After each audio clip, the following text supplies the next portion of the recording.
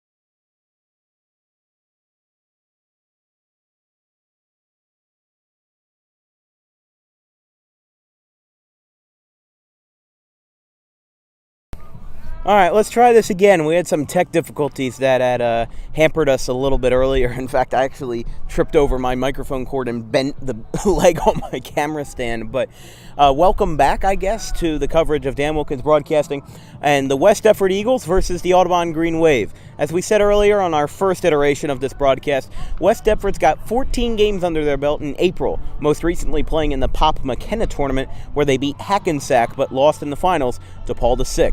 Audubon, on the other hand, is coming back from, let's say, in the words of Hunter Lowe, not their greatest baseball in Myrtle Beach, South Carolina. He had said from his own personal experiences that, the team struggled with defense and also being able to productively put runs on the board, and the box scores reflect that.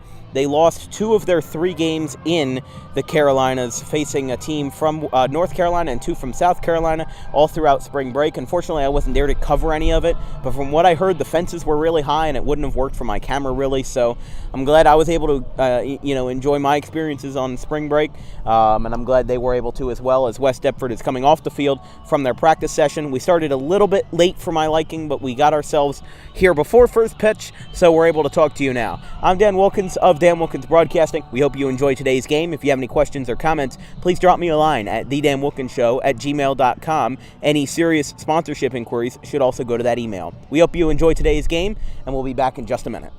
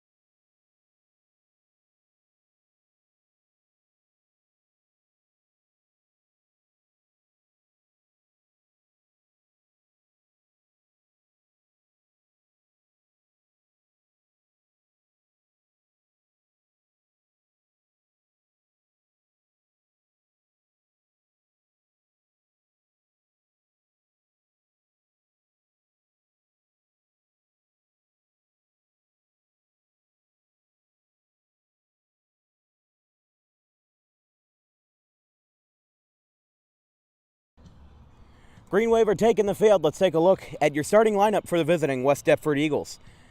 Batting leadoff and playing third base, number 2, Shea McKenna. Playing center field, number 34, Dan Maraffa. Batting third and playing shortstop, number 23, Nick Tomasetto. Pitching and batting cleanup, Luke Laxton. Batting fifth and playing right field is Cole Ambrosius. Batting sixth and catching is Joey Socorro. Batting seventh and playing left field will be Corey Baglivo. Batting eighth and playing in the second base position is Cole McKenna. Batting ninth and at the DH position is Jake Barger. And for the Audubon Green Wave, it's the senior Gabe Cologne, who had a couple of innings pitched down in Myrtle. And even though Audubon lost 2 of their 3 games, I was told that there were a lot of D1 commits on those teams. And look, what's the best you can do? As long as you put it 110% effort, really, I don't think anybody can be too mad. Audubon went down there with a lot of weight on their backs from the tumultuous season we've had so far, the ups and the downs. And I got all the texts from Coach Inkster, and it seemed like they were having a lot of very fancy breakfasts, and I really am a little jealous from that, because I didn't have pancakes or waffles once during spring break. And I think I know who's responsible, but could have at least used some French toast. Shaming your mother. After all this,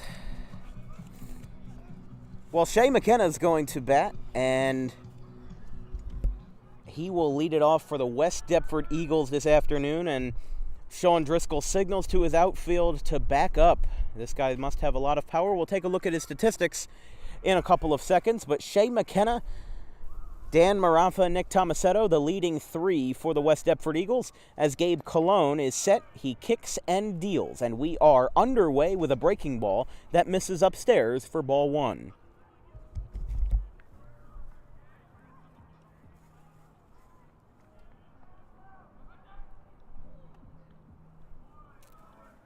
Two 2-0.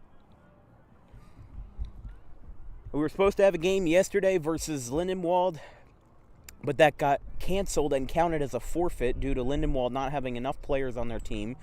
Lindenwold, I want to be as nice as possible, but unfortunately they just do not have the resources to field a proper baseball team. The last time they played a full season was 2018, and they lost every single game. And Cologne attacks the zone on a 3-0 and now makes it, 3-1.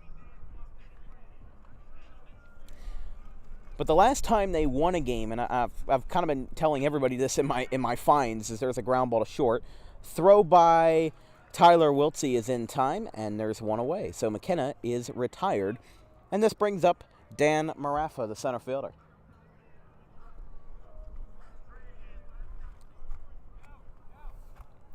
But yeah, they didn't field a team in 2021, or at least they forfeited all their games, you know. Then 2020 was COVID. 2019, they didn't field a team. 2018 was the last time they actually fielded a proper team and played every single game without forfeit. The only problem is that they lost every single game. When they played Audubon, they lost 26-0.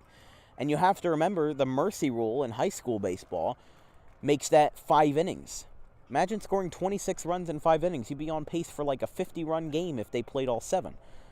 That's like the one time where I think I'm okay with a mercy rule. I don't think 10 runs is enough because crazier things have happened. Look at what happened to Collingswood, and they almost made a 12-run comeback. I feel like 20 runs should be the cap for a mercy rule, because at least in that point, I think everybody can kind of be on board and say that, no, there's no way in the world that you're coming back from that.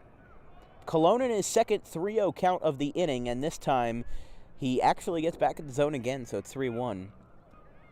We'll see if it has the same result as the previous batter, McKenna, but Maraffa still ahead in the count with an advantage to himself.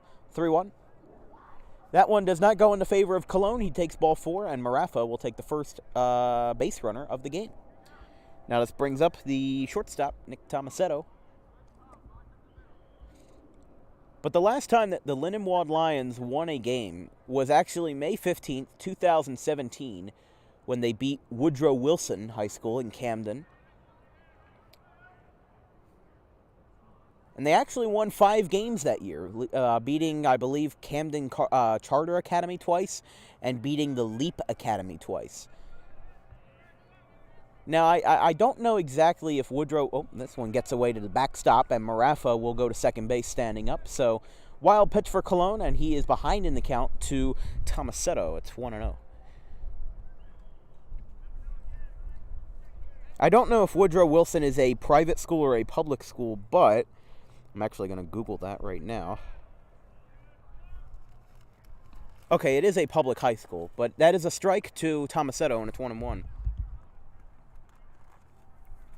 Yeah, they were 5-17 in 2017, and that was the actual last time that they won a game. They played only 2 games this year. They played, at least so far, Haddon Township and Holy Cross Prep. Every other game, including versus Audubon, was a forfeit. Now, I'm very grateful that they didn't play yesterday, not because of Audubon and Lindenwold being very evenly, or I should say I but by the way, the 2-1 from Cologne is a swing and a foul back to the chain link fence. It's 2-2. I came down with a cold yesterday. I'm still not 100% there. I'm still a little under the weather, so I apologize if I sniffle or anything. I'm going to try to control it, but unfortunately, just, it is what it is. And being outside is actually helping my sinuses, believe it or not. But nothing can stop baseball. No, it can't. Except for yesterday, probably. Throwback to second just got booted by Tyler Wiltsey. Cologne threw back to second, and the ball kicked off of his foot or something. But, yeah, I wasn't feeling well, and it is just a cold. I did test negative for COVID, but hopefully everything's all good. We got a long stretch of baseball ahead, as that one is inside. Tomasetto ducks down a little bit, and the count is full. But, yeah, just try to break through it, Could be a whole lot worse, Payoff from Cologne is strike 3 on the inside corner. Tomasetto rung up on an inside breaking ball, and this brings up Luke Laxton, the cleanup man for the Eagles.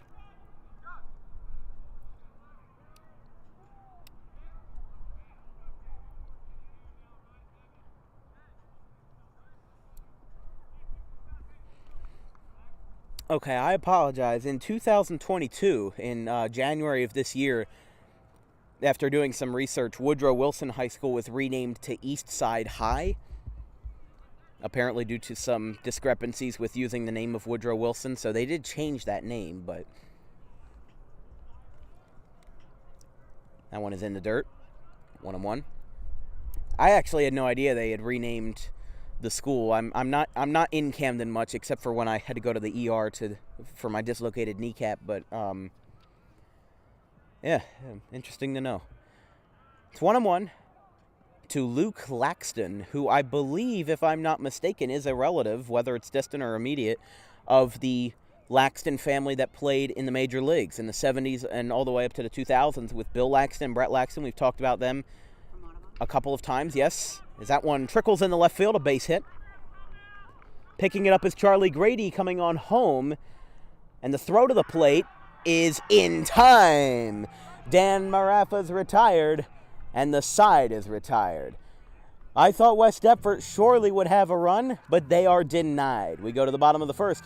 We'll give you Audubon's lineup shortly, as we'll take a quick break. No score from Hank Greenberg.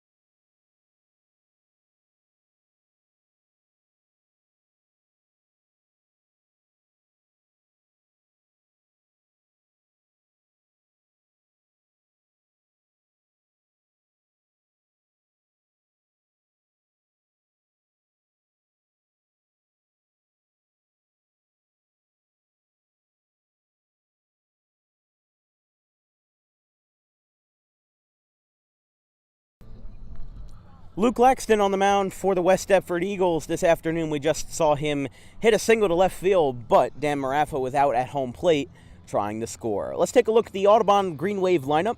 Playing center field and leading off is Xavier Massey. Playing shortstop and batting second is Tyler Wiltsey. Batting third and batting in the third position, I believe, is Gabe Cologne, although I have Zach Beebe in right field. That may be a discrepancy, but we'll see when we get to that. I don't see Gabe Cologne putting on a helmet just yet, so we'll have to wait and see. Batting cleanup and playing second base is Sean Driscoll. Batting fifth and playing third base is Isaiah Pinckney. Playing first and batting sixth is Scott Lynch, as that one hits off of Laxton. And the throw to first is in time, one away. Sorry about that. I just got caught off guard. That seemed like that hit right off his abdomen, but he is phased none the wiser. And let's see, is it Cologne getting a helmet on? It is not. It is John Perosi getting a helmet on, but he is not in the lineup, so they might have messed something up. First pitch to Tyler Wiltsey is inside. We'll continue to line up here. Scott Lynch bats sixth and plays first base. Charlie Grady is in left field batting seventh. Ryan Zimmer's batting eighth and catching. And the DH will be Nick Caladros. He'll have his hitting debut for the Green Wave this afternoon. The 2-0 is a strike on the inside corner. It's 2-1. You know, over the loudspeaker that Dustin Bellis has, they were playing Shipping Up to Boston, as that one is looped out to left. And it is caught by the shortstop Tomasetto, and there's two away. So this will bring up John Perosi. Okay. So you know what? I think that they messed up the lineup or had a late substitution because Zach Beebe is in right, but I do not see Nick Caladros in the dugout. So they might have had a late sub and put John Perosi as the number 3 man. So if that's the case, I do apologize. That's just the lineup I was given from Ryan Knoll. So Throwing him under the bus. I'm not throwing him under the bus. I just say, stuff happens. So it is a strike to Perosi to start off the at-bat. It's 0-1. Yeah, they were playing on the loudspeaker, Shipping Up to Boston by the Dropkick Murphys. And we were in Boston for, it feels so much longer than it was, but we were there for under 48 hours. Most of it was driving. But a fun time in Boston. I know the players seem to have a lot of fun in Myrtle Beach. Wish I could have been there, but, we had planned stuff months in advance, and we didn't really have much of... Oh, that one hit. Where did that go? That one, went out to short, and it is a base hit and infield single for Perosi. So I believe what happened, it hit off of Laxton's foot. He is taking a beating. And the umpire is calling time, I believe, to check on Laxton. He will not. He'll take a step back. So seems like he's okay, but again, that's the second ball this inning that has trickled off of Laxton, and this will bring up Sean Driscoll. So we'll see whether or not it's Caladros that bats at the bottom of the order or if it's Zach Beebe. There's a ground ball out to Tomasetto, and it is booted. It goes into center field. In fact, it got booted by Marafa as well. So going to second is Perosi, and going to first is Sean Driscoll. So 2 runners on board for the Green Wave. This brings up Pinckney.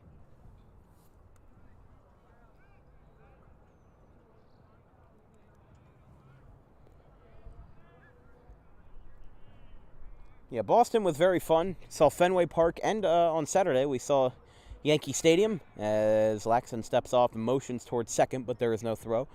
Actually, on Saturday, that was the infamous game where Yankees fans threw beer and a whole bunch of stuff, including hats. I saw a hat come from the second deck all the way down to the left field, which beer cans, they don't have any tangible value to them, but a hat? You kidding me? $35. Yeah, I pay like $40 for my fitted caps at Lids. I don't know what in the world they're doing, but it is 2-0 to Pinckney. But I'm like, what in the world? That was a very, very unusual game. I know John Boy did a very good analysis on that whole shebang with Yankees fans throwing beer at the Cleveland Guardians outfielders. And on Wednesday, the game that I saw at Fenway, it was fun at Fenway. It wasn't exactly eventful. Blue Jays won 6-1. I think Red Sox scored like a run late, but it really had no value to it. because the Blue Jays scored 5 in the second inning. There's a strike. 3-1.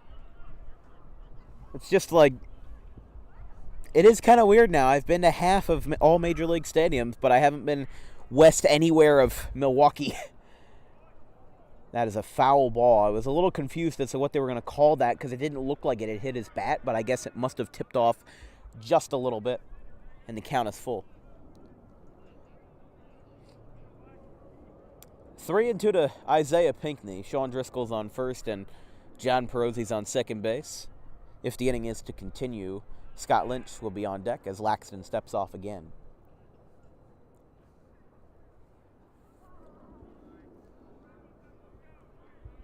But Boston, it is a fun city. We saw ICA Boston, the Institute of Contemporary Art, as there's a ground ball. Over the mound, back to the second baseman, and the throw to first is in the dirt and in time. A little chirping from the West Deptford dugout. They seem to be very elated with the call. They like what they see. We go to the top of the second. Still no score. Here from Hank Greenberg.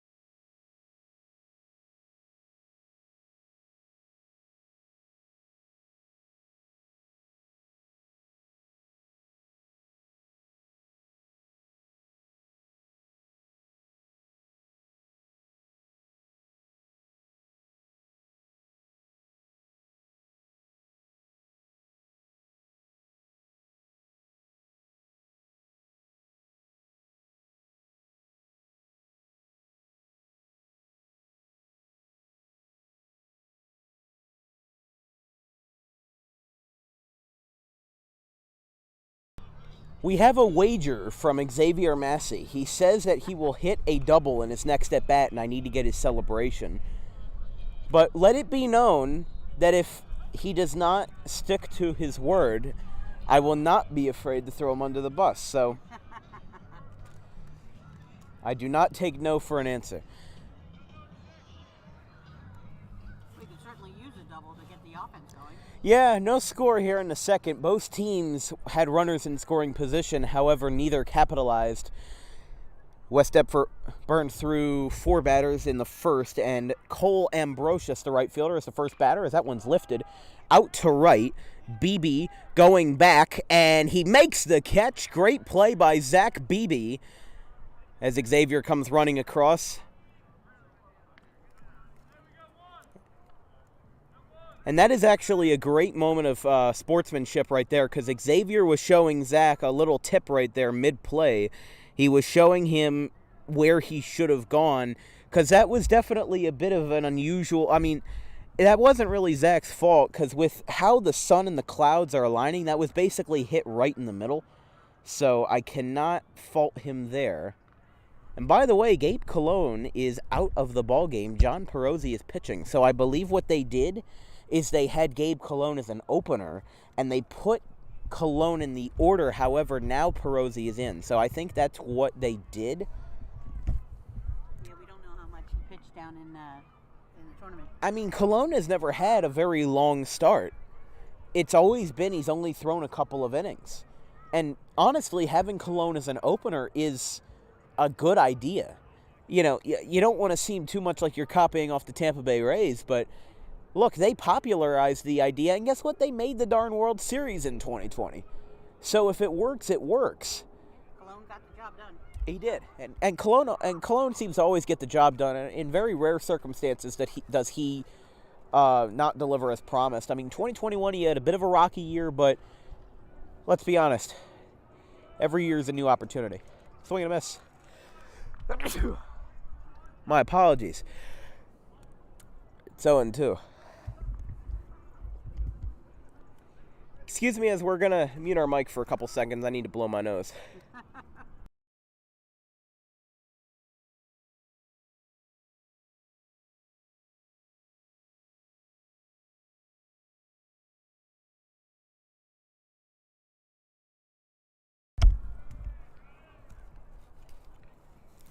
Put me back. Okay. Sorry about that, folks. That's what a cold will do to you. But it's 1-2 to Joey Socorro, the catcher. Oh, man.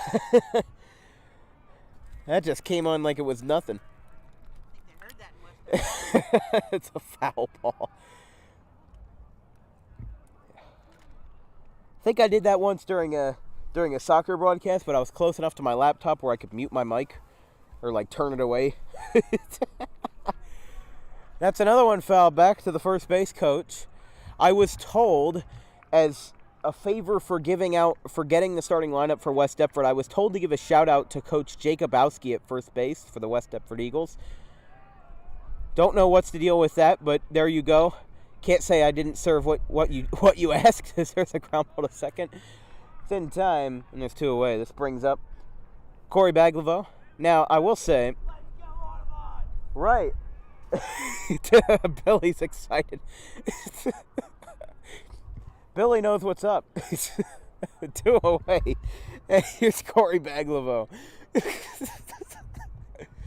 At the end of the year, I want to make not necessarily a blooper reel, but like kind of a best of. This one's popped up, and it will go out of play towards the Walnut Street sidewalk. Man, everybody's having a fun time. Don't know if it's the vitamin D in the air or what it is, but all the track runners are just so excited. Like they have an extra pep in their step this afternoon. It's 0-2, though, to Corey Baglivo, and it is outside and away, and a little low as well to Baglivo.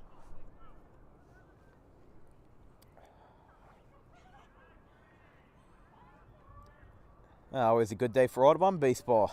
Swing and a miss. Throw to first. In time. And the side is retired. Perosi gets the K and gets out of it no problem. Doesn't leave any men on base, and we go to the bottom of the second. Due up Charlie Grady. He'll lead off. No score. Bottom second.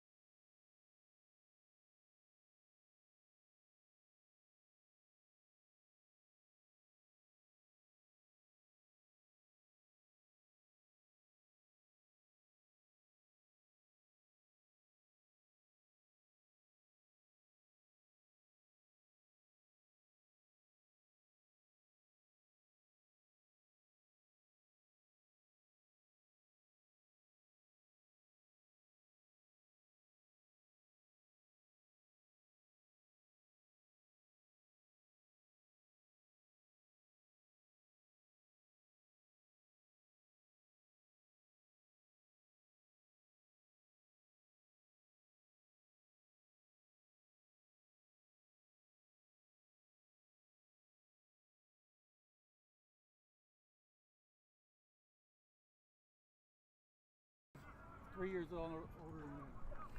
Well, we're back from the bottom of the second. Thank you. Thank you. We just met the father of Luke Laxton for West Deptford. Very nice gentleman. As it's 0-2 to, I believe that is Charlie Grady or Ryan Zimmer, one of the two. Whoever it is, it's lifted out to center field. Converging is the three infielders, and it is Marafa that makes the catch, one away. Oh, that was Lynch. My apologies.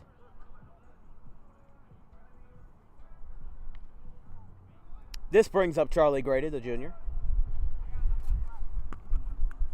And we did confirm all those folks are related to Bill and Brett. Bill and Brett Laxton, the only two Audubon-based and Audubon-born Major League Baseball players, as that one's lifted into left and caught by the right fielder Ambrosius, and there's quickly two away. This is a fast-moving game. How long has this stream been running? Like 20 minutes? Just about? Should say on the bottom there. How, what's that? 35. 35. So, yeah, we're already in the bottom of the second inning. So. It's windy out here, so that's okay with me. Yeah, with this wind blowing in from right field. You know how I knew it was blowing in? There's a big sand patch that runs all the way from the beginning of the track all the way down to the end of the sheds. And I was running out to get the lineup cards from Coach Oler of the Eagles, and I got a giant patch of sand kicked up into my face. And I was like, yeah, the wind's blowing in today. It's 2-1 to Zimmer. So we'll see who is up next. And it is Nick Caladro. So it looks like he will make his offensive debut for the Green Wave coming up next, assuming that Zimmer gets on base. That's never a guarantee. The 2-2 is in the dirt. Oh, now the wind's blowing out because I feel it right in my face. So, Moving the fence. way to make me a liar. 3-2. Swinging a foul over towards... Ooh, that almost hit our car. Okay. Oh, way to give me a heart attack. Maybe you shouldn't park there so often. That would have drilled our front window if it weren't for that. Oh, that's it. Swinging a drive out to right. And it's going to get down. It rolls off to the wall. Zimmer's charging the second. He's not stopping. He's going for third. And he is safe. Ryan Zimmer, the catcher, showing off some unlikely and unexpected wheels. He gets in there with a three-bagger triple. I thought that had a chance to be gone. Zimmer's known for hitting the ball to the opposite field, and that's exactly what he did. Hit it out to right. We haven't had a single home run out to right field this year, and we are going to have a substitute runner for Zimmer after he was showing off them wheels. It'll be Damian Broadhurst pinch running at third. Again, free substitute runners in high school baseball for the catcher and pitcher. But Zimmer hits it the opposite way a lot. And this would be the best opportunity yet for the Green Wave to score and get some offense on the board, as a swing and a miss by Caladros, the DH, makes it 0-1. No Copsetta in the lineup.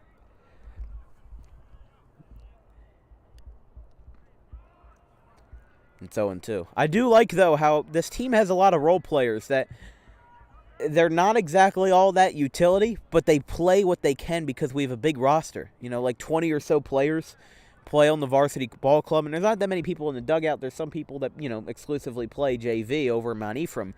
But if you're needed, you're needed. Charlie's a great defensive outfielder, as that one's in the dirt. Broadhurst took a couple of steps off of third, but held up. It's 2-2, by the way. And, you know, Broadhurst is almost exclusively a pinch runner. Think of Herb Washington or Terrence Gore. I have so many great stories about Herb Washington. As their strike... No, it's ball 3. I think everybody on the West Deptford Eagles started jumping for joy and then started going back to their position quite quickly. It's 3-2. And the pitch. It's a swing and a foul. And it actually...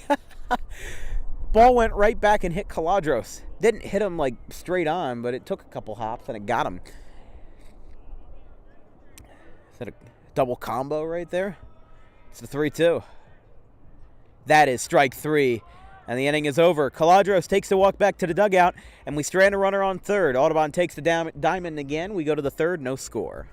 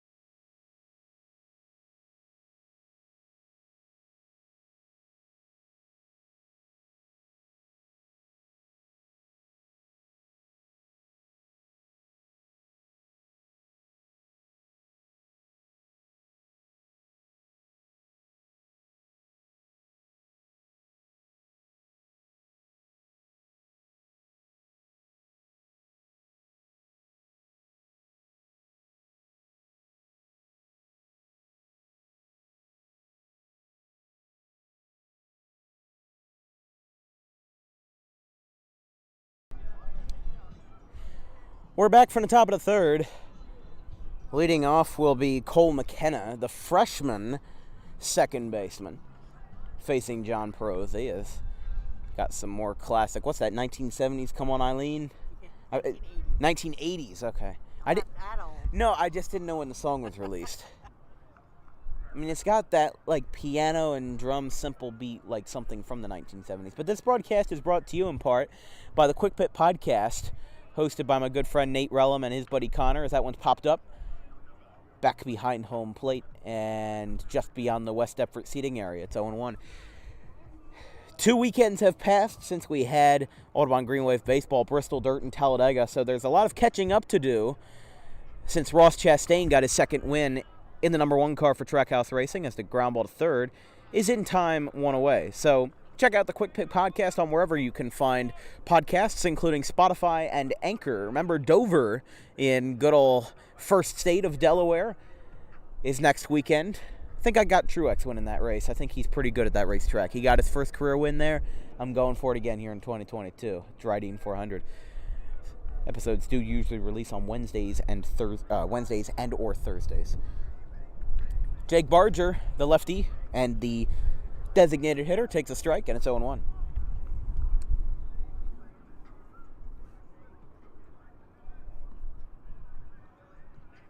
One.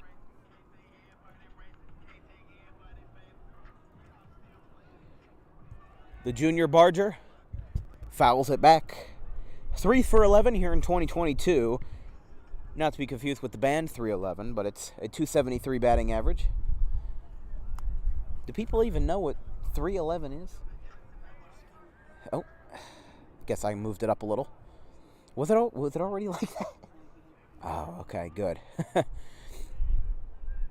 All right, well, the 1-2 is a swing and a miss. Barger goes down on strikes, and we'll go back to the top of the order, I assume.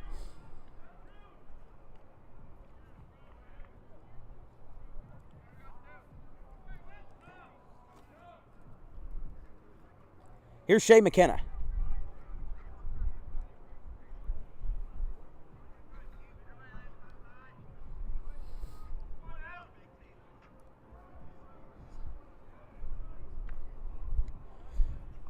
McKenna takes a ball. It's 1-0. McKenna went 4 for 26 in 2021, but now has had a very electric start as that one's popped up. That one will fall for a base hit, his 23rd hit of 2022, as he continues to show off his electric skills. He had a 423 average going into this game, and he is already 1 for 2. And that will bring up Dan Marafa, another guy who has seemed to have a bit of a regression compared to last year. He's also a junior, batting .273 going into this ball game. Now it's just a little looper out to right that escaped the grasp of BB as there's a swing and a miss. By Marafa, it's 0-1.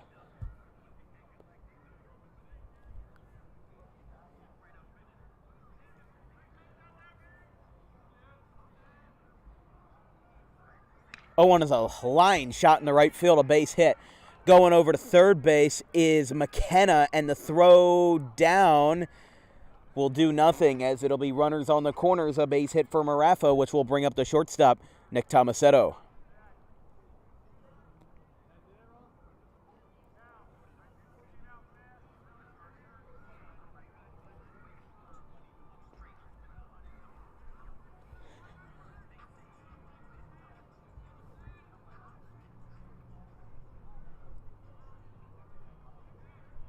Here's Tomasetto, the senior,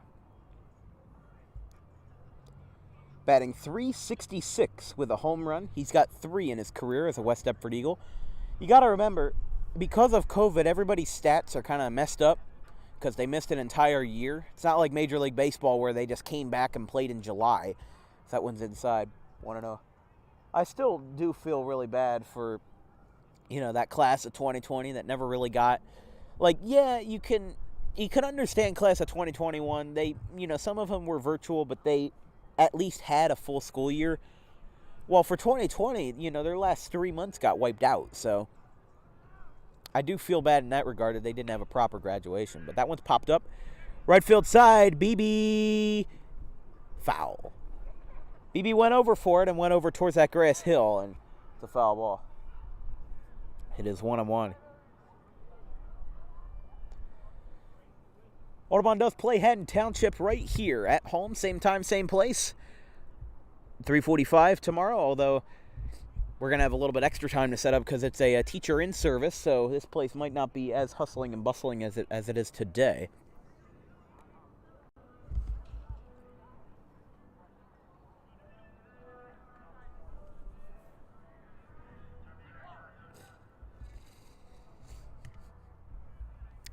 One one. Upstairs, 2-1. Runners on first and third, Marafa and McKenna respectively. Started off like a pretty easy start to the third with McKenna and Barger going down on strikes, but base hits from McKenna and Marafa now put them 90 feet away from scoring, although Broadhurst had the same situation after Zimmer's, triple. 2-1 is a line shot foul. 2-2. 2 balls, 2 strikes, 2 outs.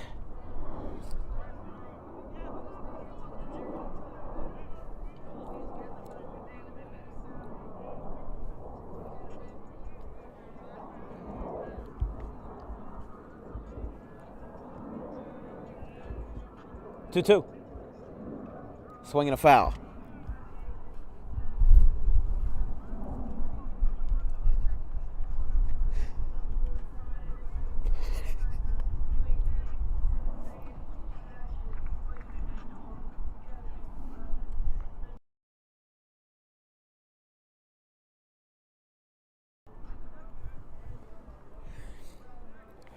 Two and two. And stepping out is Tomasetto.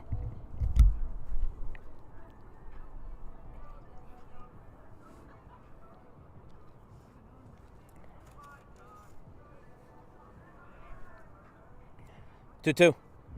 Swinging a tapper up the line. Getting it is Driscoll, and the side is retired. We go to the bottom of the third. Again, the West Deptford Eagles leaving a runner on third base. We go to the bottom of the third from Hank Greenberg. Still no score.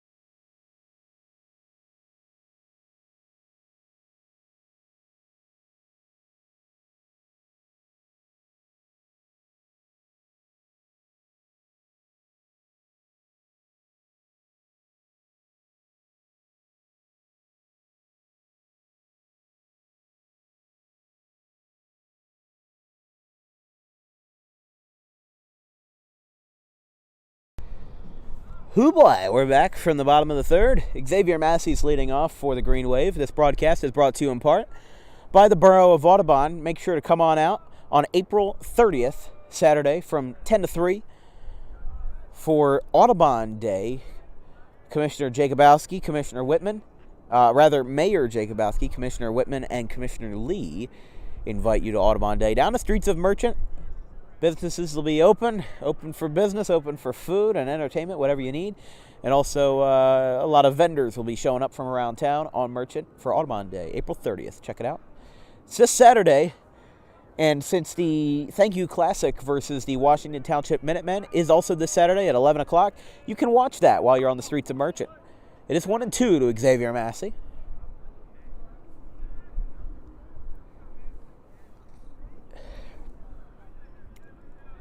Luke Laxton running strong, and so is Colon and Perozzi. They've been doing a great tandem for Audubon as well, as that one's popped up. Right field side, going over is Ambrosius, and that one just got away from him, but it is foul.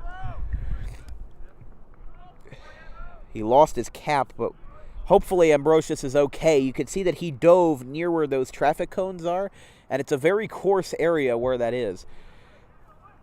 That whole right field side is very rough. There's hills and rocks and everything of the sort, and it's just no fun. You don't want to be getting over there and having to worry about it. But that's also why it's considered out of play. Once you get there, you don't have to worry about making that catch.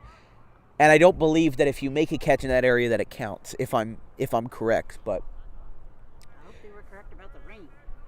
yeah, the clouds are a little dark. And that is strike 3 to Massey. He takes it, and there is one down.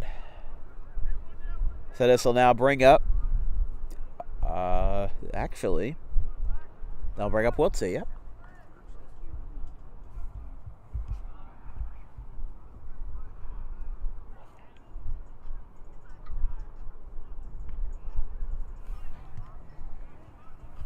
One and 0 to Wiltsey. You know, we were talking about Damian Broadhurst being that one's lined. Fair, base hit. Tyler Wiltsey taking around first. He pumps the brakes and stops there, although, hold up. Ball gets past McKenna and ends up going back to the first baseman, Ben Marafa.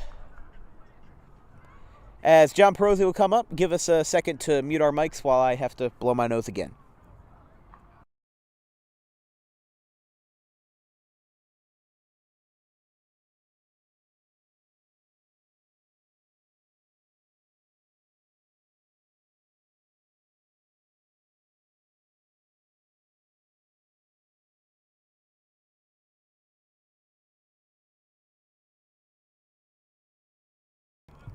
All right, there we go. We are back. 0-1 count to John Perozzi, Tyler Wiltsey on first. That one is lined out to right, a bullet, and it is right to Ambrosius. But now the throw to first is not in time. Wiltsey gets back in there by a hair, and he is going to remain where he is, one away. That was a very close play. I think that Wiltsey, everybody thought that it was going to get over the head of Ambrosius, but he played that ball very well to avoid, to avoid extra bases, obviously. So, all right, here's Sean Driscoll.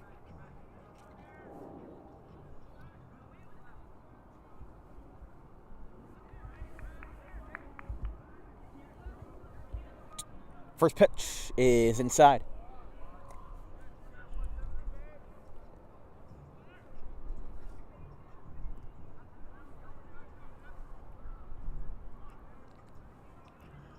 Ground ball, foul, over the head of the Audubon dugout. Yeah, we were talking about Herb Washington and Damian Broadhurst. Now, if you've never heard of Herb Washington, I don't blame you. He was a famous track runner out of Michigan State in college. He was renowned as one of the world's greatest track runners, and everybody thought he was going to be like this great Olympian, like Usain Bolt is today, as there's a swing and a pop-up out towards right, and that will fall in front of Ambrosius. Going to third is Wiltsey, and he gets in there standing up with a little bit of an arced run. And now runners are on the corners with two away again. But the question is, can Isaiah Pinckney finally break the stalemate? Yep. But Herb Washington out of Michigan State, everybody thought he was going to be this great Olympian. And then, almost like how we were talking about Eddie Gadel, the 3'8" guy who got signed as almost like a publicity stunt for the St. Louis Browns in the 60s. Well, did they get him? Okay, no, they did not. I know that was a close play, but Driscoll's safe at first. And the thing is that Herb Washington, he was signed by the Oakland A's owner in 1973.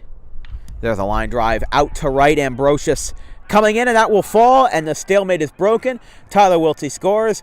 The runs keep on coming, at least for now, as an RBI single by Isaiah Pinckney makes it 1-0 Audubon here in the bottom of the third. I should say the hits keep on coming, not the runs.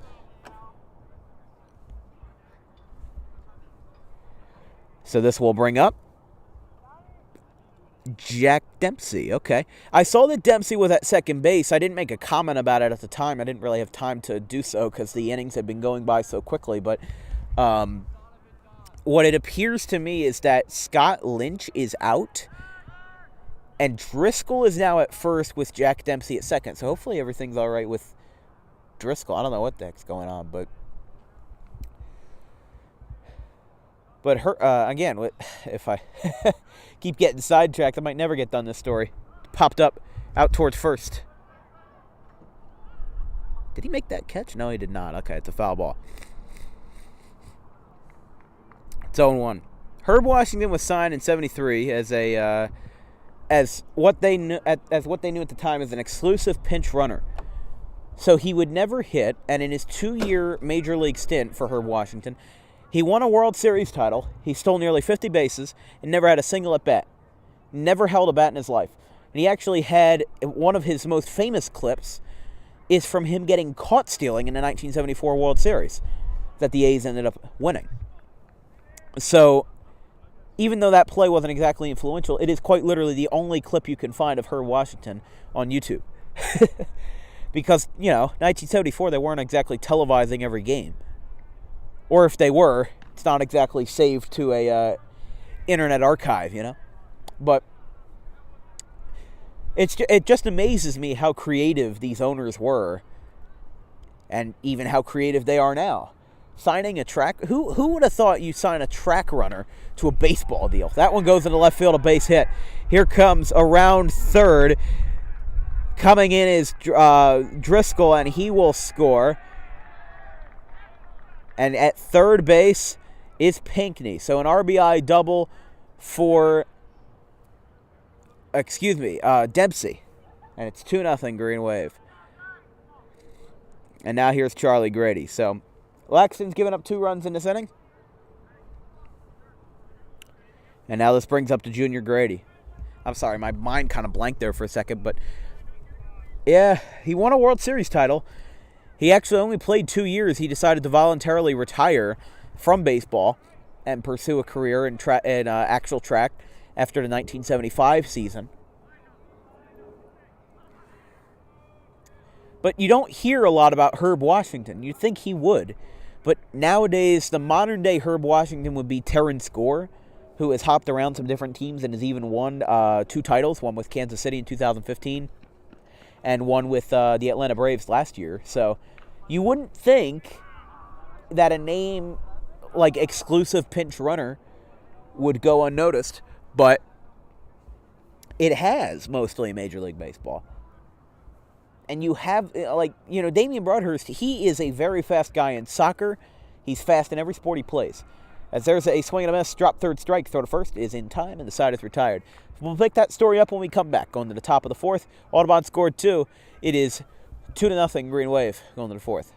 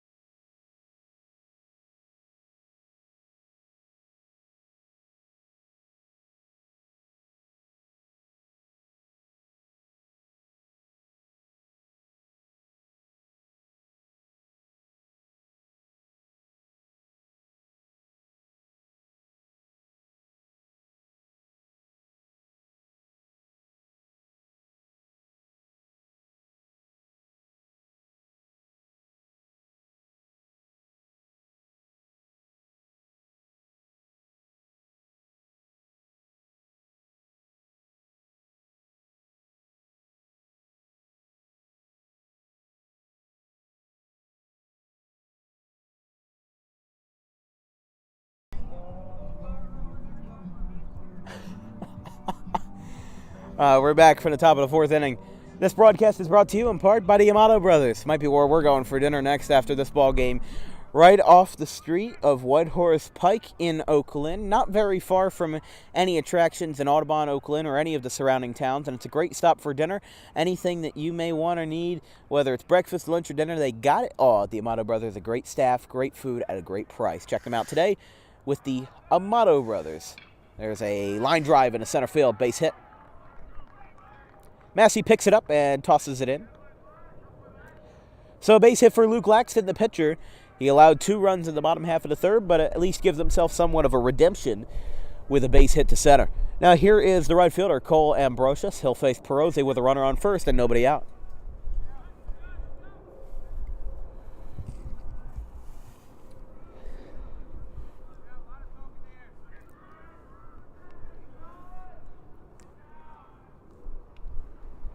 Breaking ball, Ambrosius check swung, but the umpire at second base has nothing to say, so it is 1-0.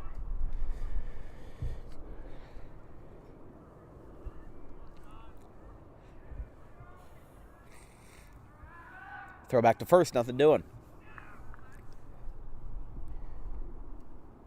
How about the Phillies actually doing something of note? They had not won a single series since I believe the opening weekend versus Oakland. They'd lost like 2 of 3 or 3 of 4 in any other time, but they finally got themselves on a run, beating the Rockies 10-2, I believe 3 last night. Home runs from Harper, Herrera, and on the Rockies side, Charlie Blackmon. They play again tonight. I forget what time. The 1-1 is a ball to a 1 as some sand gets kicked up at home plate.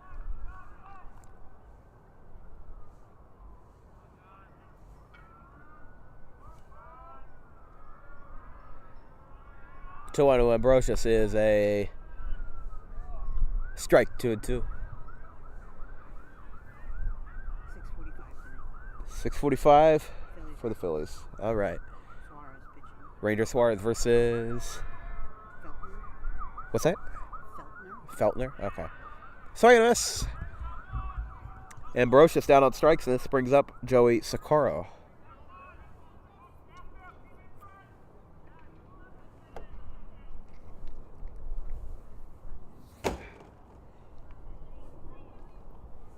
Two 2-0 Green Wave, top of the fourth. You're watching exclusive coverage of Green Wave Baseball here on Dan Wilkins Broadcasting. If you have any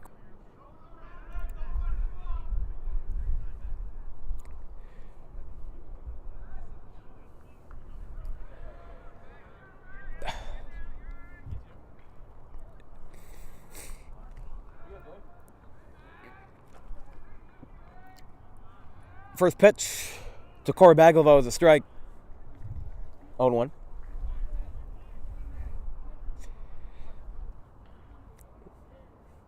One away as meeting with Perozzi on the mound is Ryan Zimmer.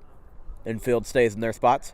Running at second base for the catcher Joey Socorro will be number 10, Luke Humes. As here comes the sun. Do. That feels nice, doesn't it? That one's foul. And on to person with the fellow with the red brick house, his lawn. It's 0-2.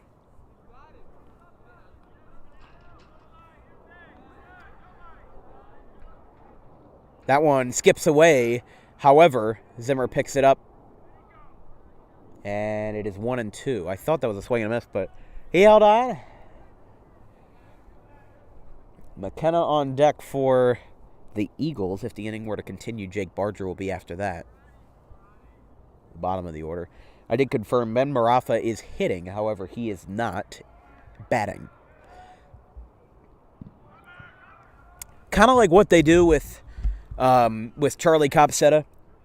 They put him in the defense, but they don't put him in the batting order, which I thought is quite an interesting anecdote. I've never seen anything really like that before. You don't see that in minor league baseball. You don't see it like that in Major League Baseball. Maybe you see a couple two-way guys like Shohei Ohtani, or even you could argue Michael Lorenzen as a two-way guy because he does darn good defense in right field. But that one's a ball, and it is 3-2 to Corey Baglivo, the left fielder for West Deptford.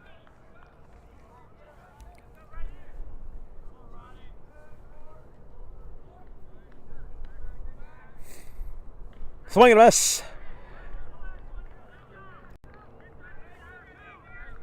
Baglivo set down, and this brings up the freshman McKenna. Seems like track practice is over because I've been getting a couple of waves from Amari and, and Billy, everybody over there. Al's over there as well.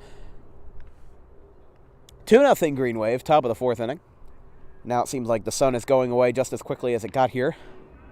It's 0-1.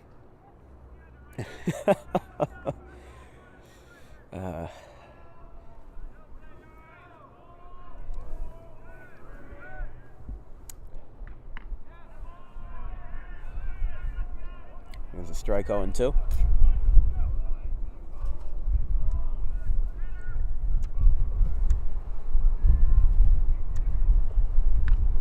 Strike 3. Punched out on the outside corner, and the side is retired. Perosi with another smooth inning. They have 2 runners in scoring position, but neither of them come around to score. The West Deptford Eagles are going to have a lot of LOBs tonight. We go to the bottom of the fourth, 2-0 Green Wave.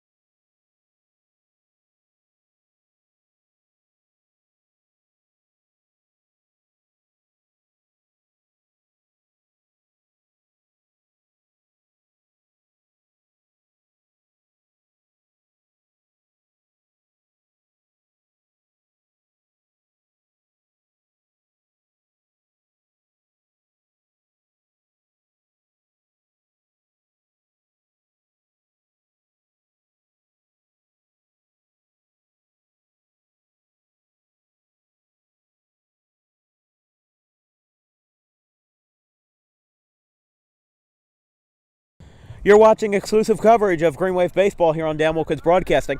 If you have any questions or comments, drop me a line at ddanwilkinsshow@gmail.com. Also, any serious sponsorship inquiries should go there as well. I try to read my email every day, so I will admit I'm not the best with that, but I mean, really, who is? You need to get your assistant on that. Yeah. What do I have to do? Go to some hiring website like Craigslist? Is what I want. True. You could fill that gap. You have the best assistant already, right? It's 1-1 to Ryan Zimmer. As it's fouled back to the screen. It's 1-2.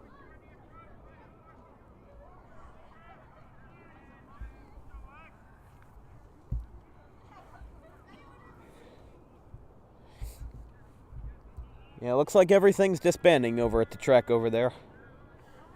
So festivities are done for the afternoon as that one is fouled back to the tree and through the tree. And just went under that pickup truck over there.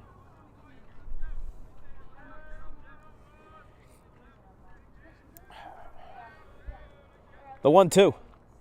Zimmer takes up high, 2-2.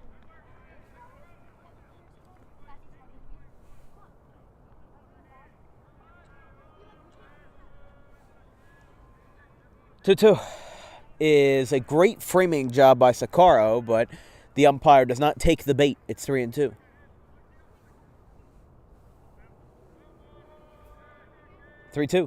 Outside, Zimmer comes back from a deficit and walks. And now here comes up Nick Kaladros, the Greek Freak, as I like to call him. And I believe Broadhurst will run again at first, and that will be the case.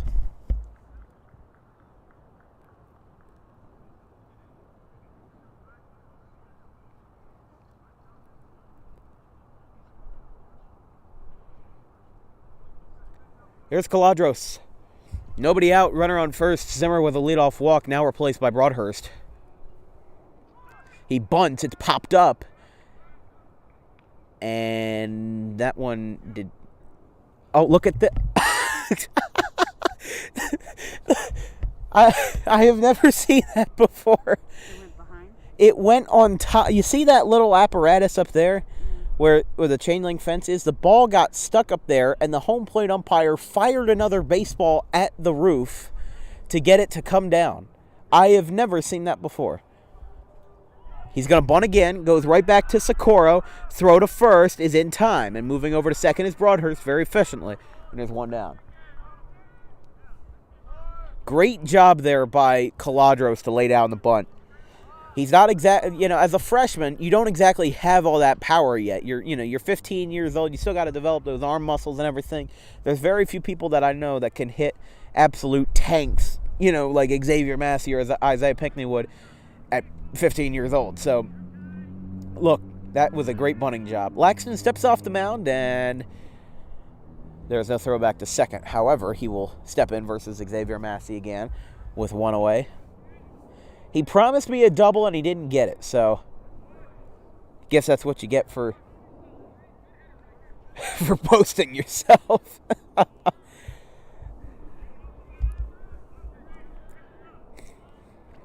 It's 0-1 to Massey. That one's popped up foul.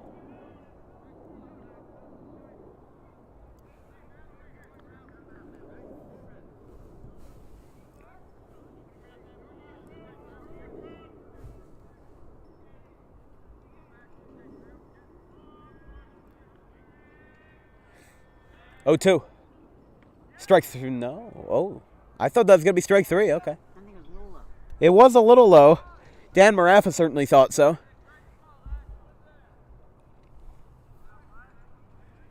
He had an adverse reaction to that.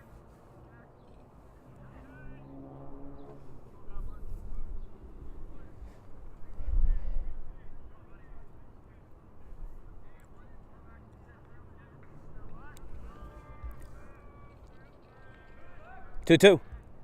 That's a swing and a drive out to right center field. On the run is Marafa, and it gets down. It's going to roll all the way to the wall. Marafa picks it up. The throw to second is not in time, and coming around to score is the pinch runner Broadhurst, and it's 3-0 Green Wave. I guess there's that double then, right? Yeah. He just got it a little too late. Oh, it's not too late. He scored a run. Well, yeah, you know what I mean. One at bat too late, And I think I might have missed his celebration. He's not going to be happy with me about that. Oh, boy. I can't give him all the camera time. We'll take the run. You got to earn your screen time. It's a swing and a miss by Wiltse, and it's 0-1.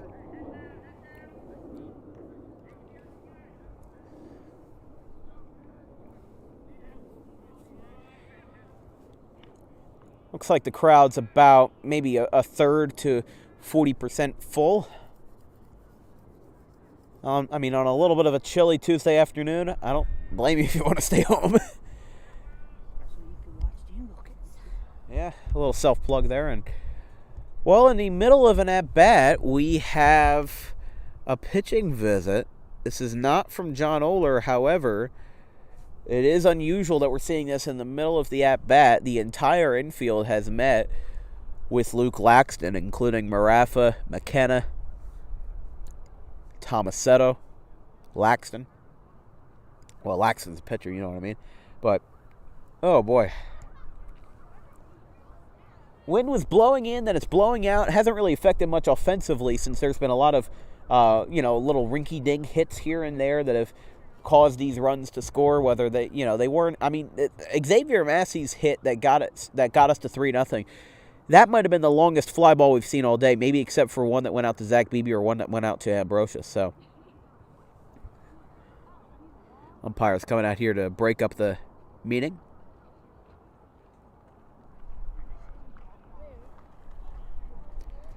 And Laxton will remain in the ball game.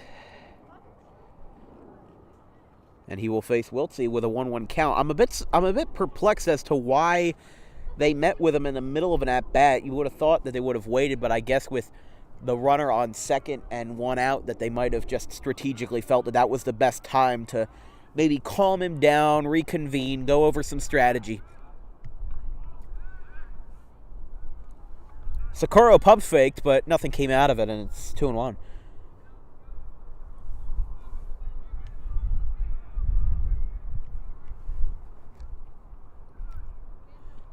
Swing and a miss, 2-2.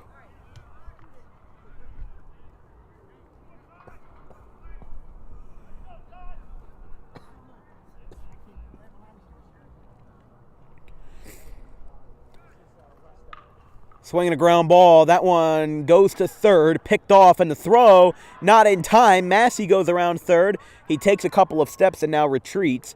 That's a base hit for Wiltsey because the throw was offline, and now there's runners on, excuse me, on first and third with one away. Here comes up John Perozzi.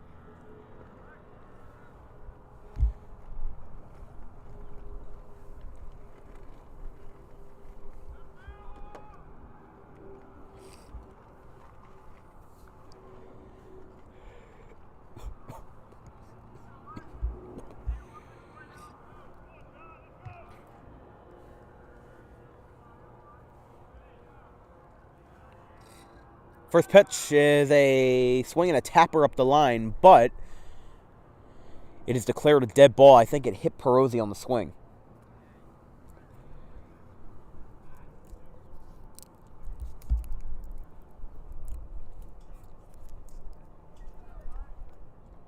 I'm going to have to do this all over tomorrow, too. I think it's supposed to be sunny at least tomorrow. At least it will be. I'll probably have more cold medicine that will hopefully make me better.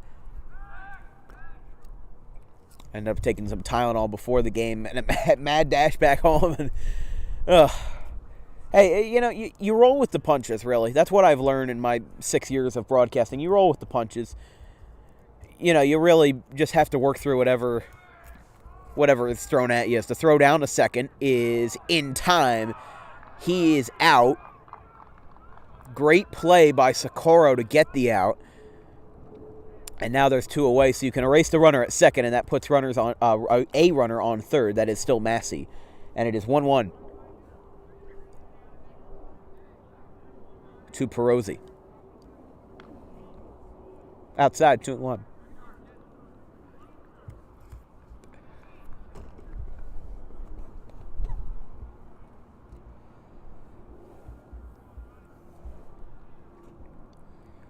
That one is hit high and deep. It is foul. It's going to miss the car, and it will split the gap between two other cars that are parked on the sidewalk.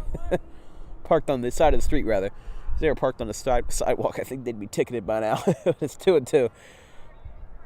Laxton's already working really fast, and the ground ball is foul. Believe that might have clipped off of Perozzi's foot again. Yeah, you got to see what the real feel is here. 54 right now, but it feels like 48. Probably one of our coldest games in a while since we went to Kingsway to start the season on a scrimmage. That one is down and away, 3-2.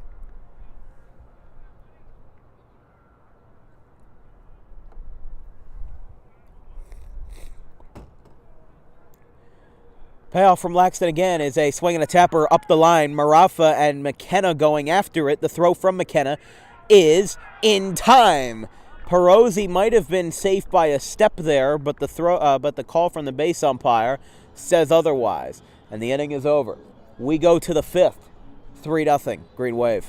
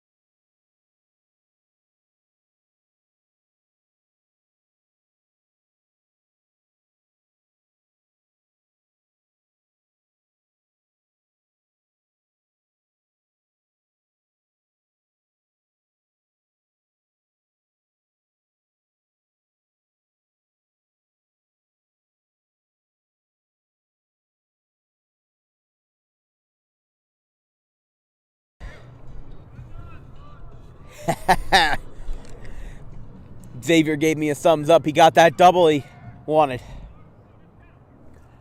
John Perozzi rolling strong after one inning of scoreless ball from Gabe Cologne. West Deptford's got a lot of runners on base this afternoon, but haven't really capitalized. The Green Wave got a slow start, but did eventually get a couple of runs on the board. They currently lead 3-0 going to the top of the fifth. Here from Hank Greenberg Field as the first pitch is a strike, and it's 0-1. To the left-handed hitter, Jake Barger, by the way, the DH, as it's fouled back to the green tarp behind home plate. It's 0-2.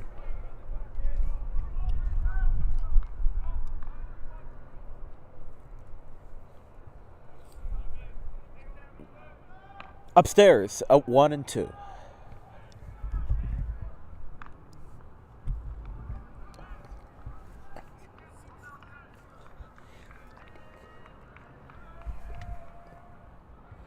One and two. Breaking ball right down Broadway. And that's strike three for Perozzi. Another K for him this afternoon. And this brings up back to the top of the order, Shea McKenna. I believe softball is done because I just saw their yellow Holcomb bus rolling by.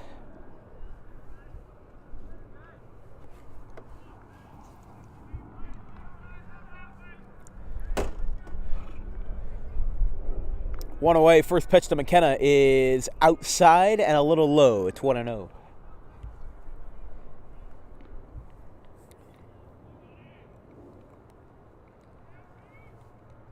Popped up. First base side. Going out is Driscoll. And he dives and cannot make the play. That's good effort, though. That is very good effort. And again, there is a missing cap. That is actually great detail right there. Seeing that cap just facing right towards us. Somebody screenshot that and just post that out of context. It's the lying hat on the field. Yeah. Again, I need like a best of reel for our greatest moments. Birds in the outfield. Birds, yeah. What was it? The whole, I forget what was that one thing that we were doing. I forget what it was now, but swing and a miss. And it is 1-2.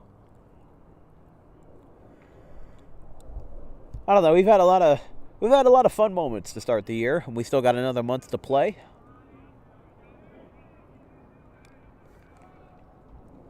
Breaking ball once again. Strike. Oh no.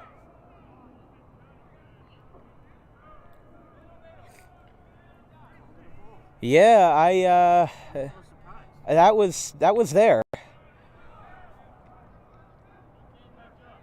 But decisions are decisions. Massey expresses his frustration. I mean, look. The 2-2 is down low. It's 3-2. If it's on the corner, I can get it. But I don't have, like the $1 million equipment that NBC Sports Philly does with their strike zone box that they have. That I can kind of understand, as the 3-2 pitch is outside ball 4. But look, I got a center field camera, so if it's there, it's there. I'm gonna call it like it is. As here is Dan Marafa. He'll bat with a runner on first. I mean, that really should have been a strikeout. It should have been. But it is what it is. Umpires are human, too. Yeah. And look, we're not going to see a Kyle Schwarber-esque explosion on Angel Hernandez like we saw on Sunday Night Baseball. But, they are human. It's why we don't need robot umpires, because umpires are human. What are you going to do? Force them out of their jobs? Like, what the heck are they going to do? So, it's 0-1.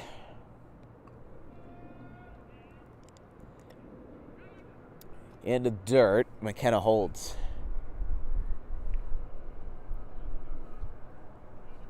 I believe softball is done. Yeah, it appears so. Whatever it is, I see someone walking back. The 1-1 is a strike. It's 1-2. Zimmer pump faked a little, so I couldn't see the umpire's call.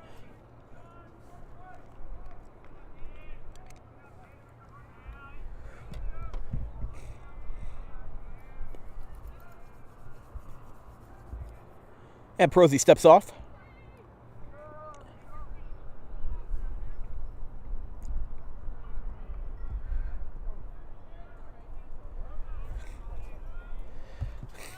Runner's going. Swinging a ground ball. Oh, that one's fair. Zimmer fires at the first, and it's not in time. Driscoll got thrown off the bag, and it will be runners on first and second. McKenna moving up a spot, and Marafa on first base, so this will bring up Nick Tomasetto. No hits for him this afternoon, but now a runner in scoring position for West Deptford with one away.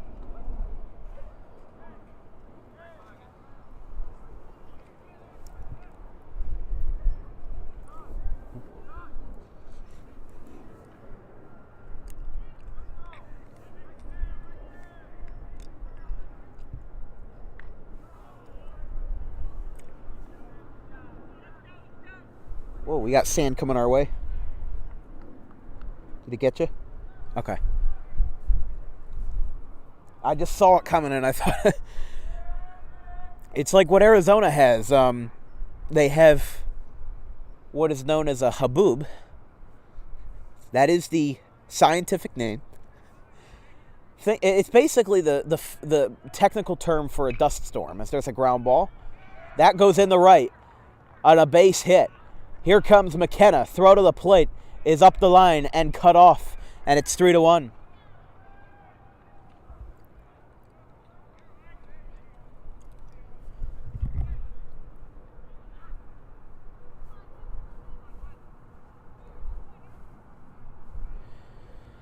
And now here comes Wade Geis to meet out with John Perosi.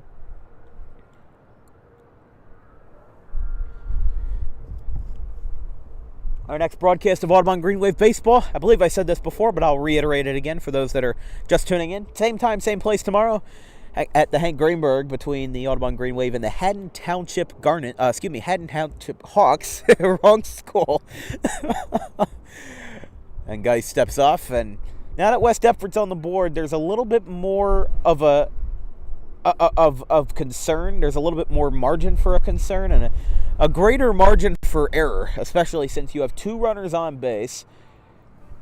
Now Marafa and Tomasetto, as 3 straight hits for West Deptford, has put them in business. Facing Laxton is a breaking ball for a strike. It's 0-1.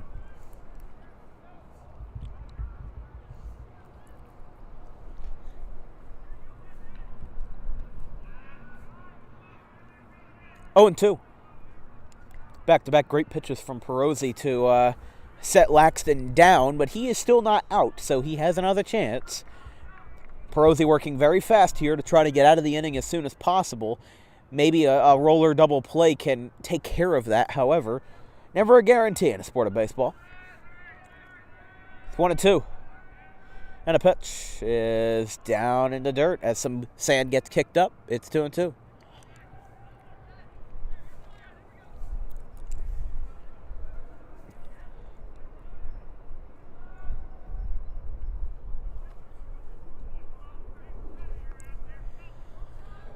Big props to the fans that are waiting it out in this cold weather.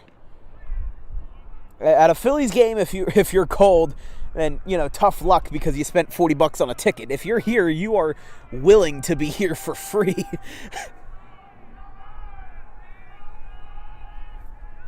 The 3-2 from Perosi is a swing and a foul.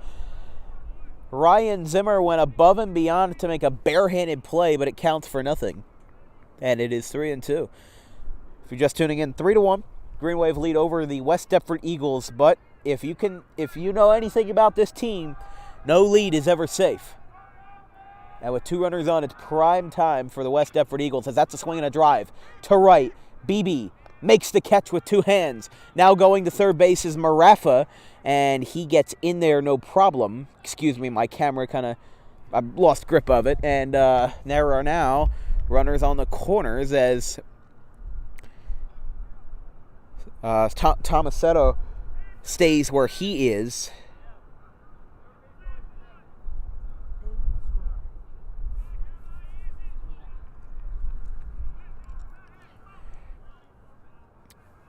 Facing Cole Ambrosius after Luke Laxton brought the runners up 90 feet, except for, Tomasetto. He stays where he's at. Swing and a miss. Hefty hack from Ambrosius. It's 0-1.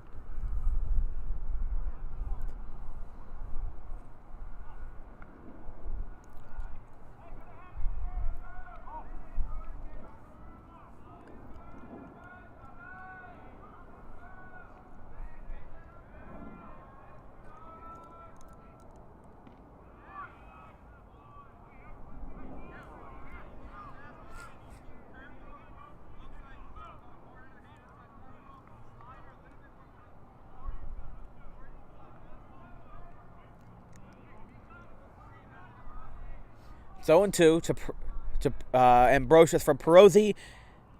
And again, everybody in the infield started jumping up and getting ready to run to the dugout. But no call is made. It's 1-2. Ambrosius looking to drive in a run.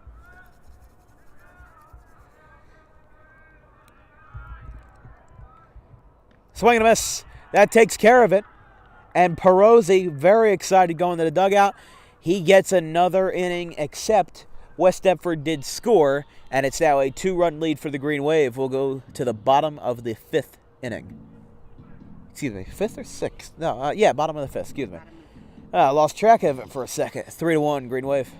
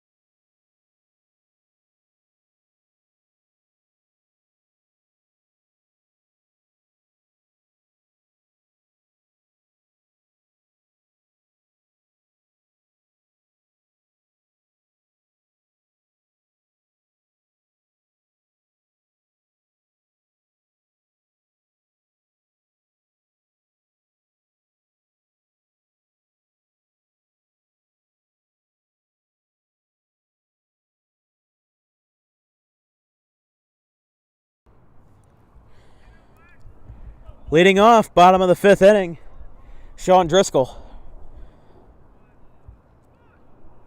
And that one is outside, 1-0.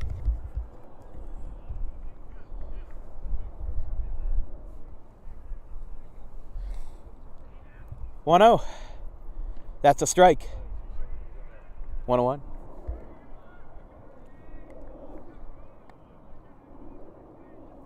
Luke Laxton still out for another inning. He gave up 2 runs in the 3rd inning, 1 in the 4th, and the score now holds at 3-1 after West Deptford got their first run of the game in the top half of this inning.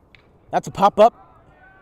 Out towards shallow right, Ambrosius plays it with a can of corn, and there's one away. This will bring up Isaiah Pinckney.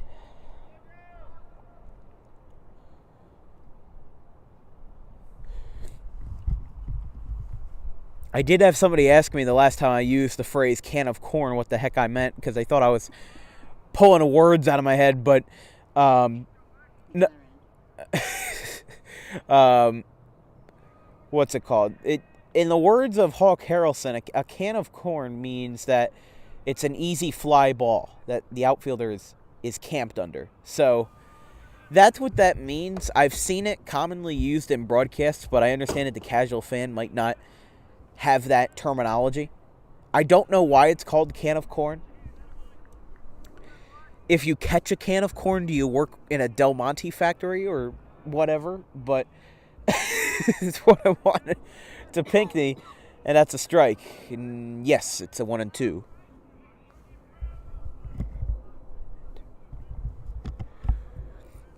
One away, 3-1 Green Wave.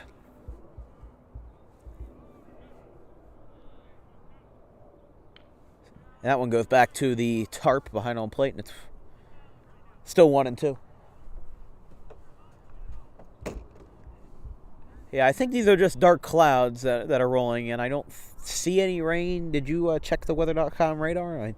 Yeah, there's no rain around us right now, but it sure looks like a storm could happen any moment. Yeah, if you take a look at what you see, look at those. It's just like how it was in Sterling. We thought it could rain at any given moment, and that ended up not being the case.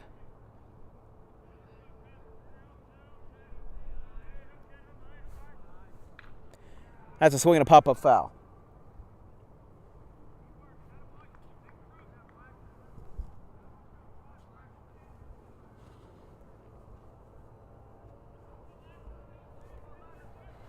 It's 2-2. Ground ball. Out to short. And it is in time. 2 away. This will bring up, I believe, Jack Dempsey. That is correct. So guess what? We just looked up what the term can of corn means, and I'm going to read it to you because it actually is an explanation from MLB.com. It was popularized by famous White Sox broadcaster Hawk Harrelson until he retired in 2017, I believe, and Jason Benetti took over for him. The origin of the story is when 19th century clerks, I'm reading this verbatim, by the way, that is a strike, its own one. When 19th century clerks at groceries and general stores were looking for an easier way to reach canned goods on high shelves, they started using long, hooked sticks to pull them down. After dropping the cans towards them, they would catch them in their aprons just like a fly ball. So that is the origin story of why an easy fly ball is called a can of corn, from all the way back from the 1800s. And those origin stories are absolutely amazing. Before the season started, I will admit I got pranked by Gabe Colon, the senior pitcher. He did the box of curveballs trick, which he said, you're going to take care of the box of curveballs, the lefty fungo, the keys to the batter's box. And I'm like, what in the world are you talking about? And I didn't really, bat an eye to it. But this whole thing with the keys to the batter's box and the box of curveballs, it actually also originated in the 1880s with a bat boy for a minor league baseball team in New York, as that one skips off of the first baseman. Marafa throw to first is in time. What a clutch play by West Deptford to retire Dempsey. We'll continue that story in the top half of the 6th inning. 3-1 Green Wave.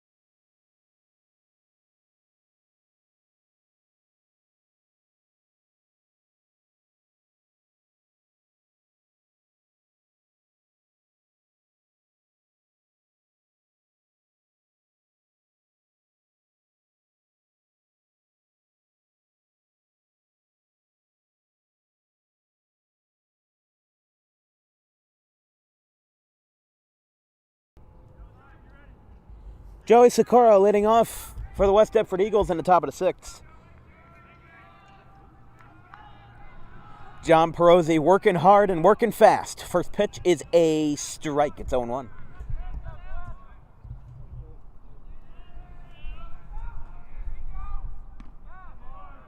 And it is 0-2.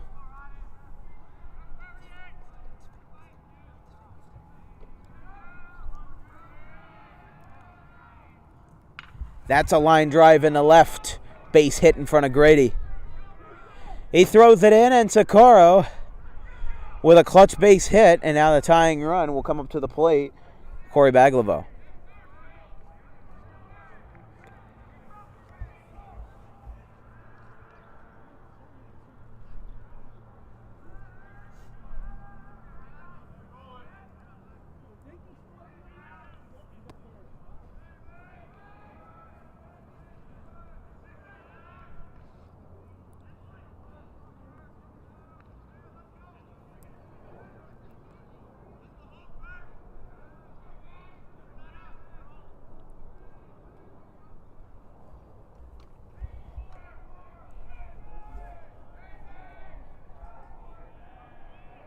Baglivo showing bunt. And Zimmer pump fakes. It's 0-2. No, excuse me, 1-1. My apologies.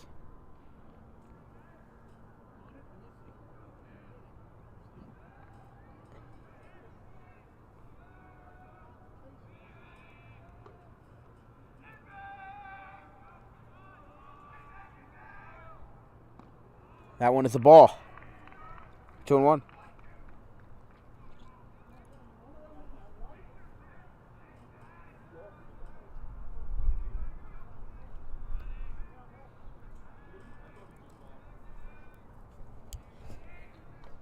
Baglivo again showing bunt. This time he finally drops it down. Zimmer throws it to first, and it is in time. So regardless of successful sacrifice, and by the way, once again, Luke Humes is the pinch runner at second base.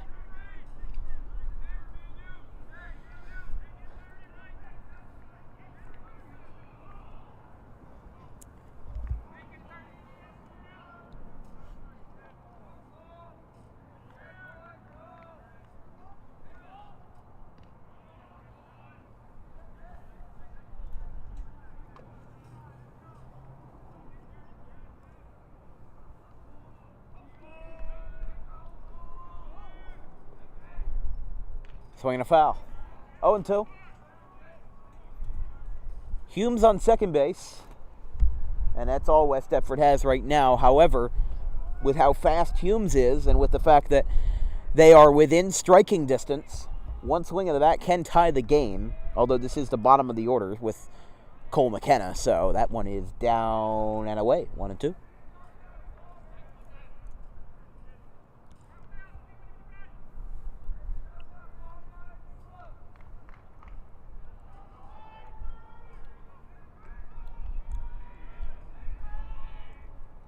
Outside, 2-2.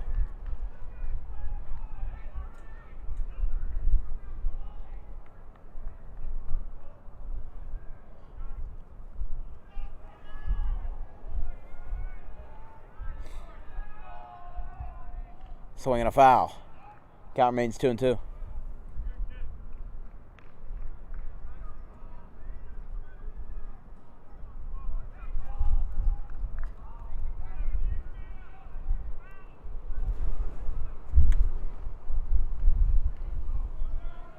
Got some more sand kicking up, and that one is a ball. 3-2. The at-bats get painstakingly longer.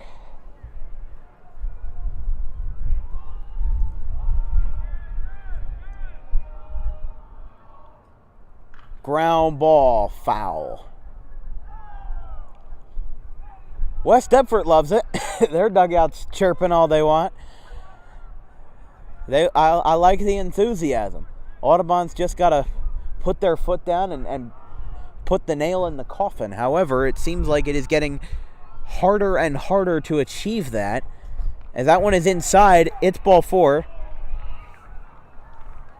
And now here is Jake Barger. So runners on first and second. If there's any silver lining, this does set up the possibility of a double play.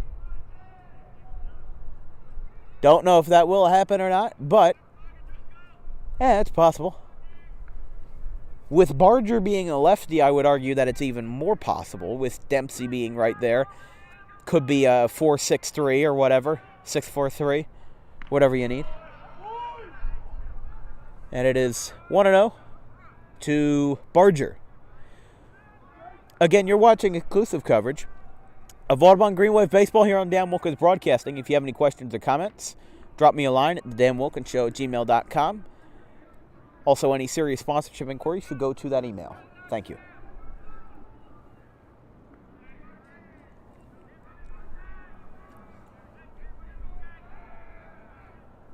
Foul, back to the screen, 1-2.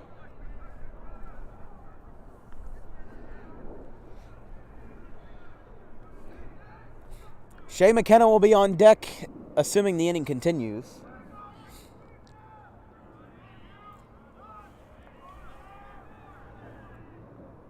Swing and a miss. Clutch strikeout for Perosi. And now we'll go back to the top of the order, which might make you a little bit squirrely. The fact that they've gone this far, they've had the lead all day, and now all of that is in jeopardy with 2 runners on. But with how many base runners that West Deptford has left on, they've left at least a half dozen on base, if not more. Maybe even closer to a baker's dozen. You know, it makes you think they've put 1 run on the board all night. Would this be the time for them to pounce, or are they going to lay low again? It is 1-0 to McKenna, as the temperature has dropped actually to 52 degrees, so it's dropped 5 degrees since first pitch. As that one's in the dirt, great stop by Zimmer. I'm waiting for Elsa to show up. And the wind isn't getting any better because it's flip-flopping. It's flip-flopping between blowing in and blowing out, which is causing the sand out in right field to really go all sorts of ways. The wind is 18 miles an hour. 18 miles an hour. It was 16 when we started, so it has gotten worse. Outside, 3-0. Man, all right. Come on, Perosi, lock it down.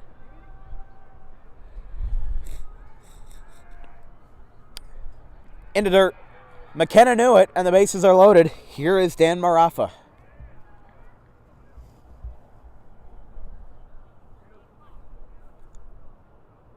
And Zimmer will walk out, and the entire infield will now come in as Wade Geis, the pitching coach, will meet again with them. We're going to take a quick break. We'll be right back.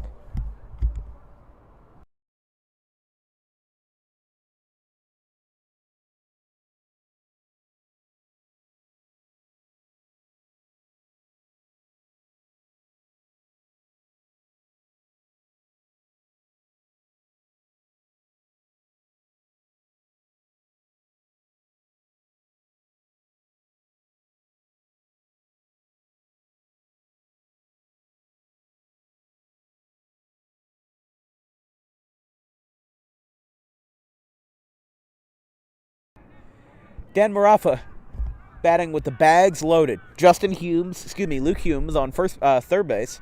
My goodness. Swing and a miss. It's 0-1. Rather, swing and a foul. Third base is Humes. Second base is Cole McKenna. And on first base is Shea McKenna, the older brother. And the left-hander, Dan Marafa, the center fielder, is the penultimate batter for the West Deptford this afternoon, as the 0-1 is lifted high in the air. Third base side. Going over is Pinckney. And he dropped the ball. But hold on a second. Is it a foul ball? They called it a foul ball. Okay, everybody take a deep breath. Pinckney had dropped the ball, and it is called foul, so everybody will go back to where they were. I thought that I couldn't tell from where I'm standing, because that's basically exactly opposite to my camera. I couldn't tell whether that ball was fair or foul, but I think Pinckney might get an earful after this. He's kicking himself in the dirt for that at third base. That was a pop fly. I don't know if the wind got the best of him or what, but my goodness, it is a stiff wind out here. Ground ball. Out to second, and it's booted by Dempsey. A run scores. A second run will score, and we are tied.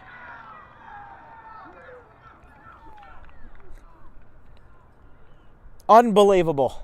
We are knotted up at 3. 39 errors last year. I'm sure we're quickly approaching that number so far. Nick Tomasetto will be at the plate.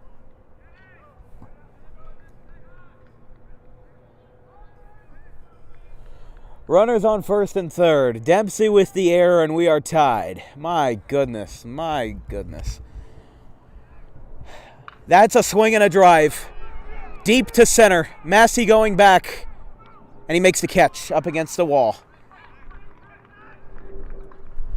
Massey makes the catch. He'll go back for his hat. I might scream into my hat for a couple seconds once we're muted. We're tied at 3 going to the bottom of the 6th from Hank Greenberg field.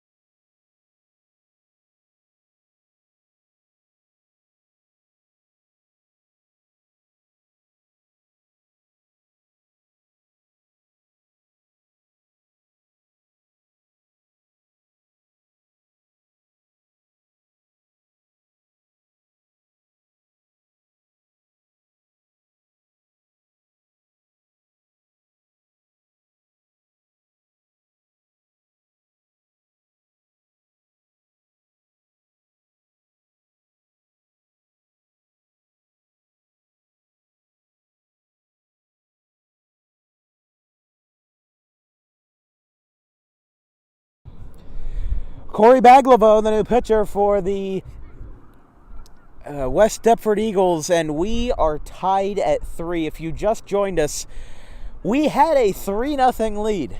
Then we had a 3-1 lead. And now it's 3-3, thanks to an error by the second baseman, Jack Dempsey, that allowed 2 runs to score. And now Charlie Grady is in the batter's box in the bottom of the 6th. Hopefully we can get something going, as there is a foul ball down the left field line again. Corey Baglivo replacing Luke Laxton. Laxton goes to third base to play the remainder of the ball game, as this will be, as some people say,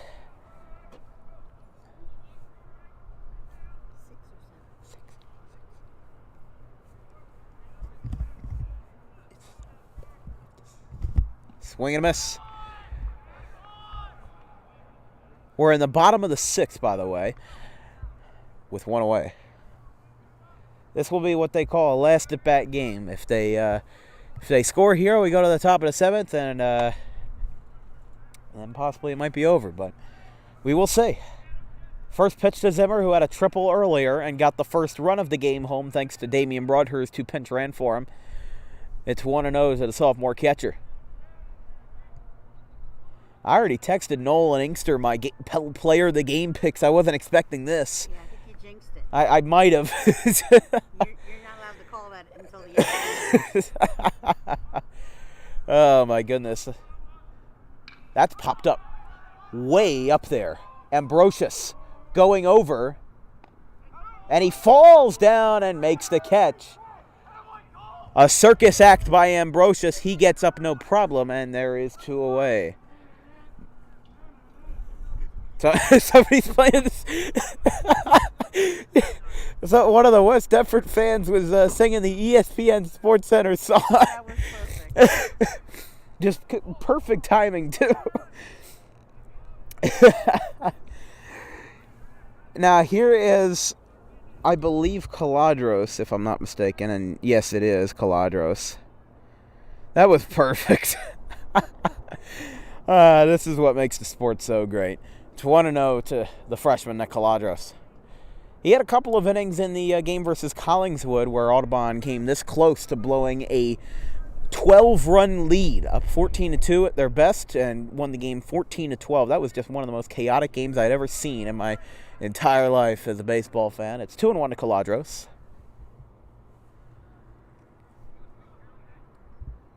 Inside. 3-1.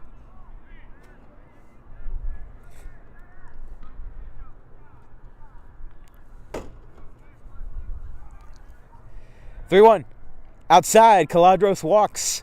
That's a good start. And guess who's up? It's Xavier Massey. That away. Yep. We do this little thing whenever Xavier Massey's up the plate. We just point out to left field. You can't see it on camera, but we always point out to left field. We're calling it. Pointing it out that way, out to left. And that is a strike, slow call from the umpire. He takes his time calling a strike. I'm just like, I can't figure out whether it's a strike or a ball for about 3 seconds. It's 0-1. That one is in the dirt. Pump fake by Socorro. 1-1. Might as well get our rally caps on, hoping that we get something with 2 outs. Maybe something of note. That's foul back. Long game. Coach P gave us some warmth. How long are we running? We've been running for, actually, we just hit the 2-hour mark about 10 seconds ago. You jinxed us when you said it was moving quickly. Yeah, right. Now we're in a standstill like we're on I-95. Or what's that spot up near New York? Near the George Washington Bridge. You know how bad that traffic is? We were in the Bronx. Good grief. That whole thing was a mess. It's 2-2. Swing and a miss. And Socorro displays the ball with pleasure. We go to the 7th, still tied up at 3. Oh boy. Ladies and gentlemen, don't hold on your breath too long. We might be in for a long night.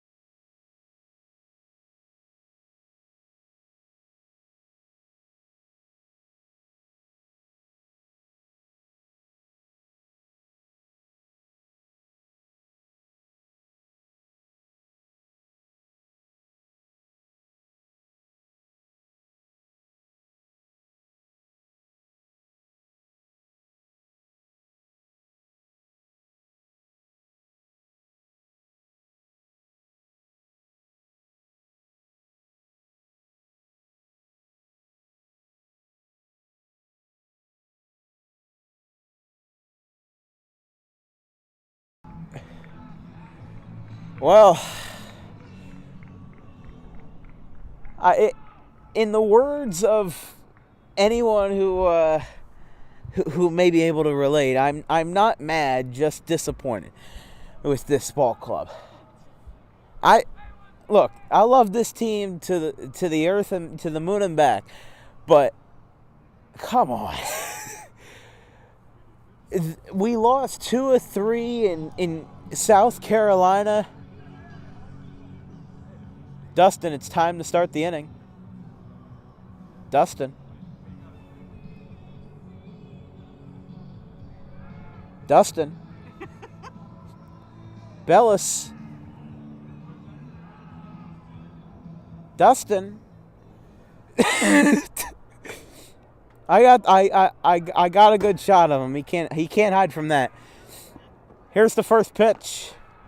It is outside. It's 1-0. He wanted to rub in the final countdown. Oh my goodness. I was down low. 2-0.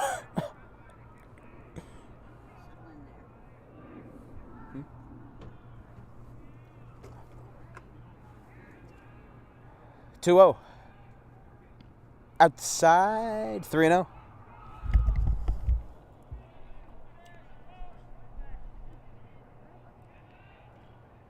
To Laxton. They're going to need some help here. That's ball 4.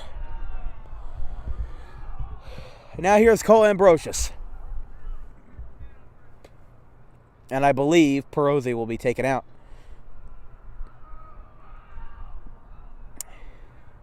Here comes Ryan Knoll. Gives him a fat slap on the tush and he'll be out of the game. So we'll have a pitching change. Sean Driscoll, I believe, will take over unless we have anything else. No. Actually, it might actually be Driscoll, yeah. It will be. Sean Driscoll will pitch in relief for John Perozzi. As we'll take a quick break with the pitching change. Unfortunately, we are tied 3-3 here at Hank Greenberg. We'll be right back.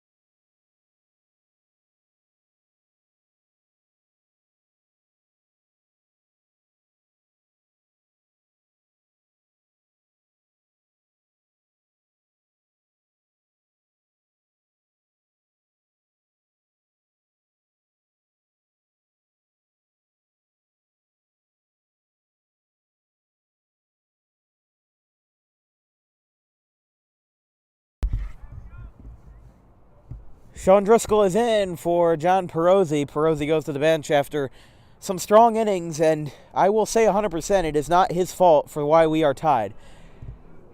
And if they are earned runs, then I don't know what box scores mean anymore, because, oh my goodness. Bum. I don't know, Dustin's off his PA game today. Bunting, or at least showing bunt, is Ambrosius. And it is 0-1 to the right fielder for West Deptford. Again, our next broadcast of Audubon Green Wave Baseball will be tomorrow, same time, same place, versus the Haddon Township Hawks, here exclusively on Dan Wilkins Broadcasting. Swinging a foul. He does not bunt this time around. Joey Sicaro is up next. We have a runner on first, Luke Laxton, in a 3-3 game. And here in the top of the 7th, might have a chance for some magic, but you never know. We're going to try to do our post-game interview for the first time. When we tried experimenting with it, it was going to be Tyler Wiltsey that would get the interview, but then rain came and rained us out. So we're going to try to make that work this time, if Audubon wins. Breaking ball inside. 2-2.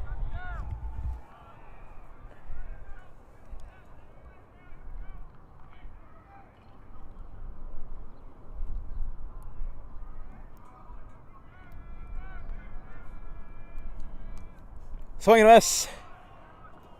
And there's one. Keep it rolling, Sean. Here is Joey Socorro. Next up after that will be Corey Baglavo, the pitcher.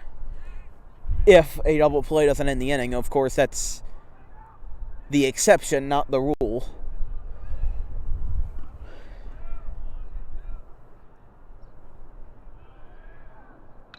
Ground ball foul. Up the line.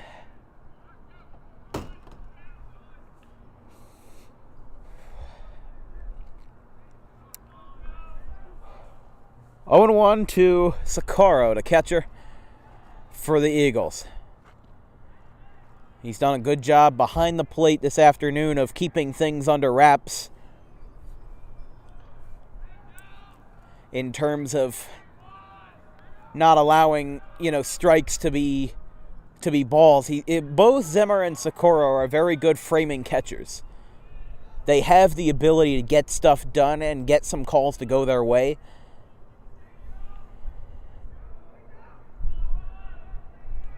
So, yeah. That's a swing and a deep drive. Right center. And Massey is there. 2 down. I was holding my breath thinking that Beebe and Massey were going to collide again like they did a couple of weeks ago. However, that is not the case.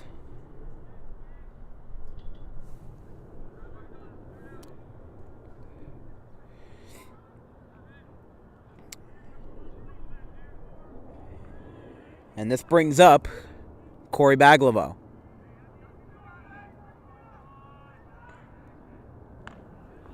Upstairs. And it is a strike, 0-1. Oh, nope, it is a ball. Okay, they were just fixing the video board. My apologies. 2 down, top of the 7th. 3-3 game, and Baglavo with a hefty hack swinging out of his shoes like it's happy feet, and it's 1-1.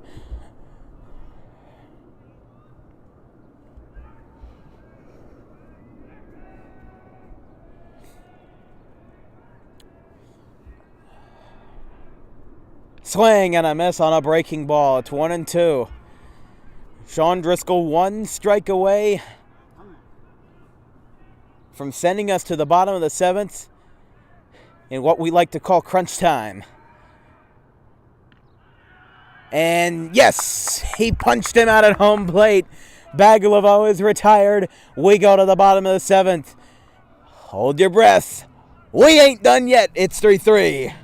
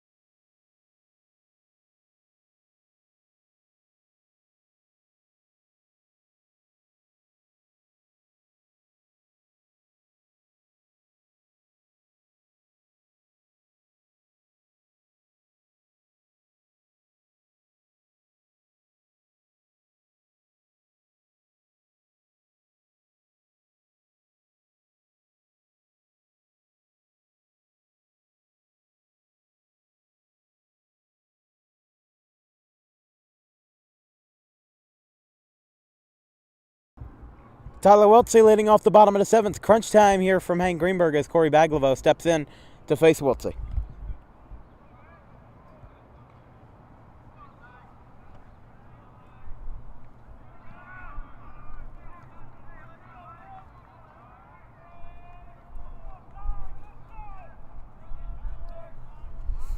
It is 1-0 to Wiltsey.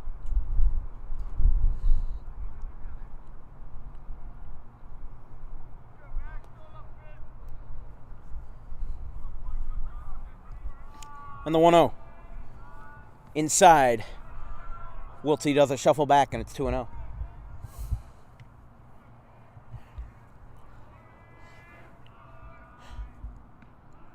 There's a strike. 2-1. If you're just joining us, it's a great time to do so. We're tied at 3 in the bottom of the 7th as a swing and a miss from Wiltsey makes it 2-2. Perozzi does have a helmet on and a bat in his hand, so he will hit despite being taken out of the game. The 2-2. Swinging a fly ball down the line, but it is foul towards the Sandhills. Oh! That just drilled somebody's front bumper. Luckily, it is not ours. It was 2 cars behind us. Gee, you heard that, right? I thought it was my car. Breaking ball, and that hit him on the hand.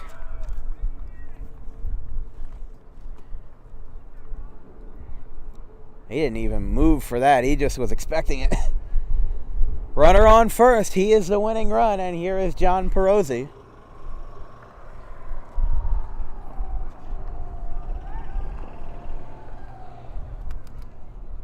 And he will step in versus Baglivo. And time is called after the pitch is thrown. Or before the pitch is thrown. He just went through it with it anyway. Oh my goodness. It was 3-1. Unfortunately, an error at second base cost us 2 runs, and now that's where we are right now. However, every time is a new opportunity anew, right? That one goes foul beyond the grandstands, down the third base line. We got some sand coming in again, and it's still 0-1 after that one got popped foul.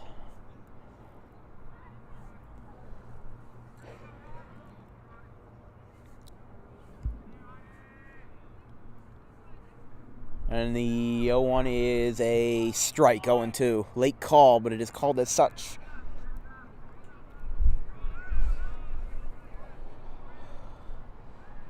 For the Green Wave, they're 5-4 as of now. As that one is a pump throw to first, excuse me. Nothing going there. That was just a bit of a scare because Wiltsey had been picked off before. He got picked off on opening day in the late innings.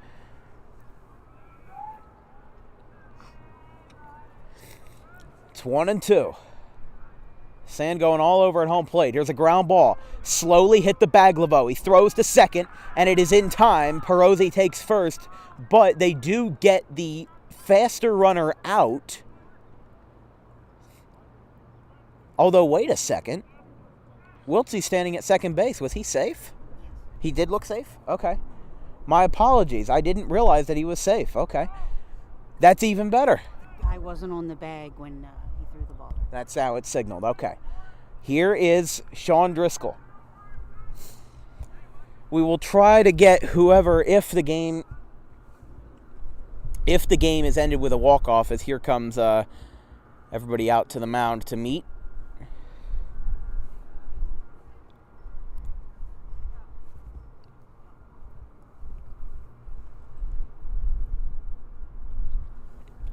We'll see if it's a pitching change or if they will just, get his emotions down a little. Man, wind is really pumping up here.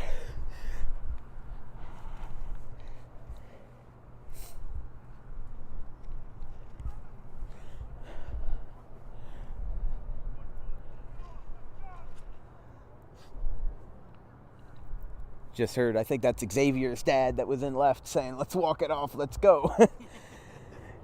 He's tired of standing out here too. Baglivo will remain on the mound. And he will face Sean Driscoll. I haven't called the walk-off before. Maybe in MLB The Show. But, like I said, we will try to interview whoever gets the hit if that happens.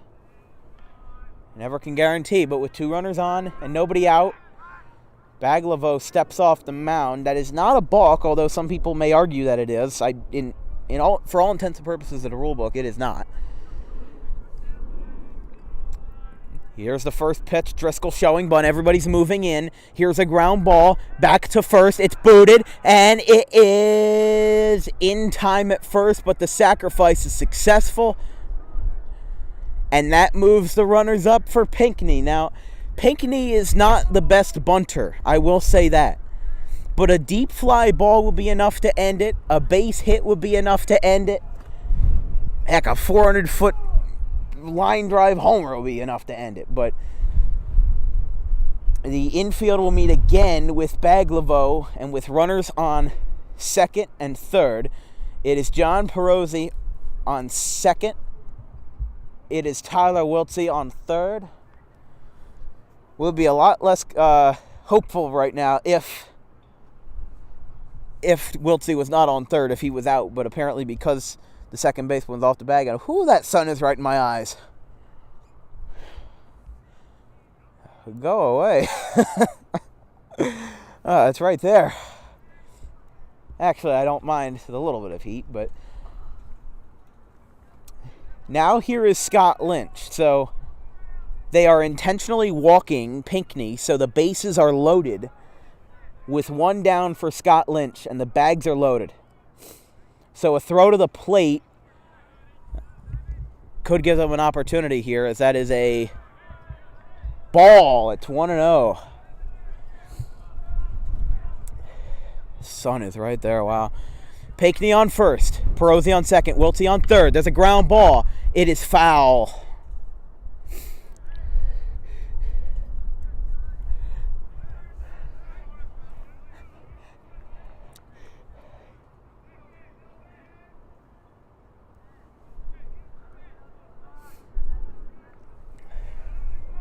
So it is 1-1.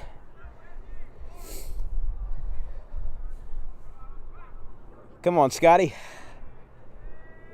The 1-1. Breaking ball is a strike. It is 1-2.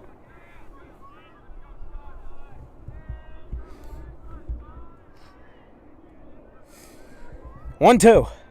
Swing and a line drive, and it is foul. Oh boy, you got me. You got my hopes up.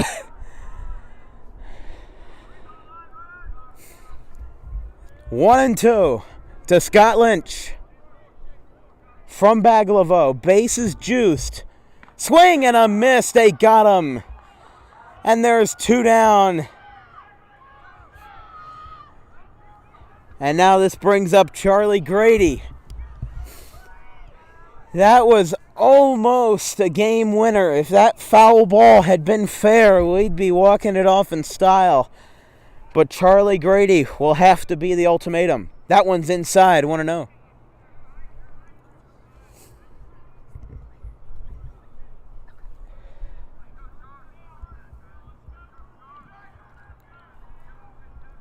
Fouled back. 1-1.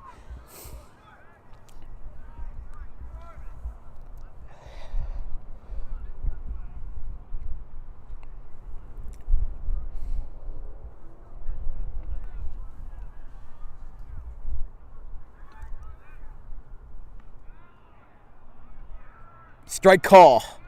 1-2. Baglivo one strike away from sending us to extra innings, while Charlie Grady is one swing away from sending us home. Swing and a miss. 1, 2, 3 base runners. And how many of them score? Nada. Inning number 8 is in order. 3-3.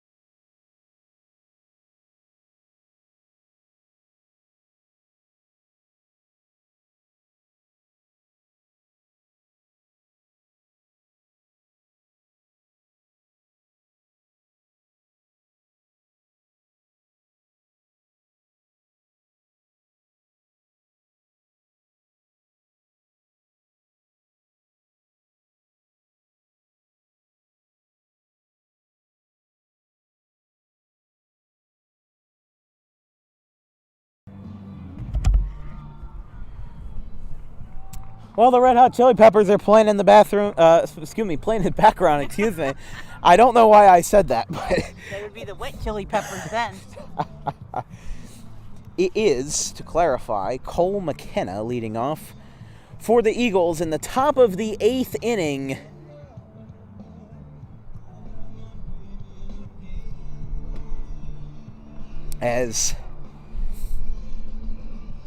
All right, Dustin, you can turn it off now. By the way, Charlie Copsetta is the new right fielder. I don't know if he's swatting some bees or whatever, but he's probably getting himself warmed up. He's doing a violent hand motion. Top of the 8th inning. 3-3 score. And the first pitch from Sean Driscoll to McKenna, the younger of the McKenna brothers, a freshman, second baseman. It is 1-0.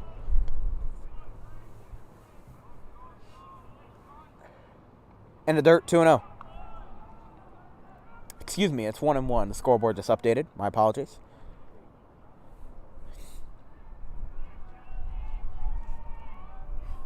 Swinging a pop-up. First base side, nobody will go for that one. He can't go for that. A chilly day, very chilly day, man.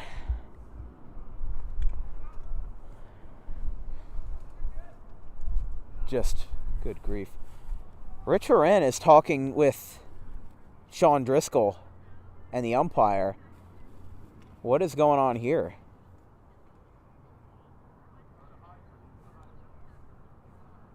Usually Horan is not the guy to come out to him, but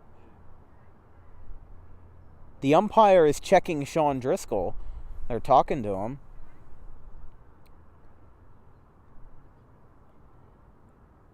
You got a complaint and they had to check maybe? Possibly. I don't know.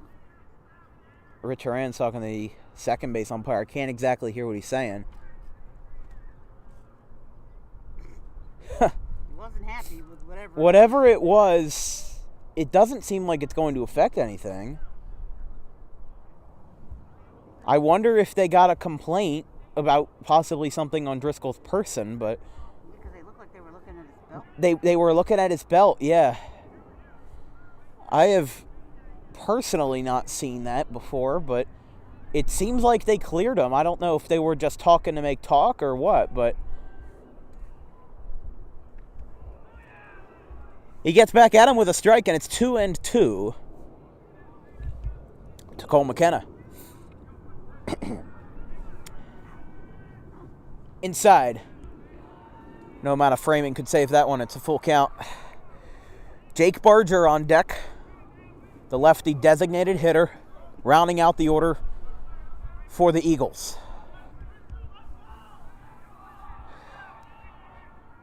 Ground ball. Out to short. Throw to first by Wiltsey. It's not in time. It gets away and it's out of play. Zimmer picks it up. And going all the way to second base is Cole McKenna.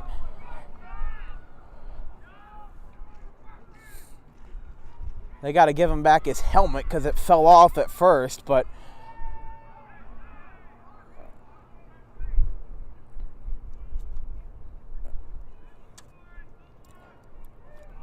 that throw seemed like, from what I was looking at, it barely missed Perosi, but he had to dive in a full extension to get there. And now Driscoll faces Barger with his back against the wall.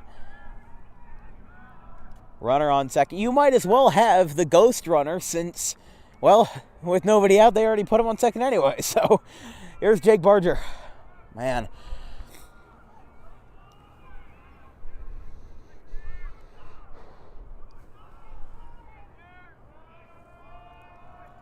He's showing bunt, and Driscoll fakes a throw to second.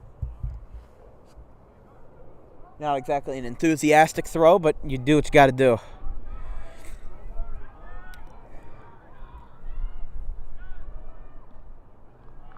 Zimmer again, pump fakes. 1-1. Man.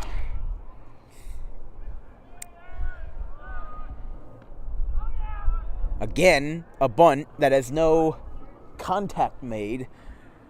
And another fake throw by Zimmer. It is 1-2, runner on second, nobody out, top of the 8th inning, basically our equivalent of the first extra inning. Outside, 2-2.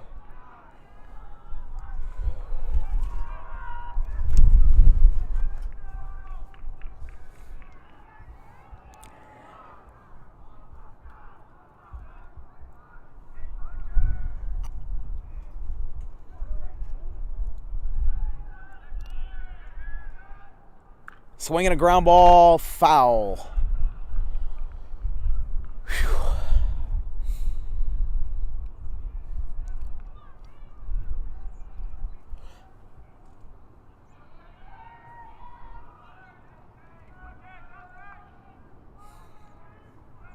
Eventually, if this game keeps dragging on, light is going to be a concern because this field does not have lights unless you count the lampposts on Walnut. There's a ground ball out to Pinckney, the new second baseman, by the way.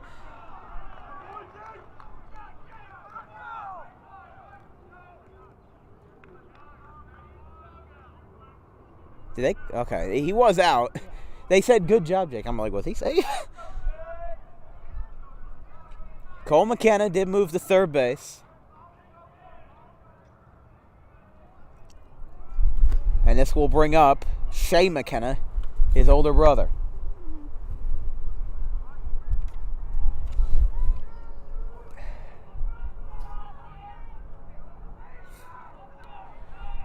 West Deptford 90 feet away from taking the lead. It's the first pitch is a ball. 1-0.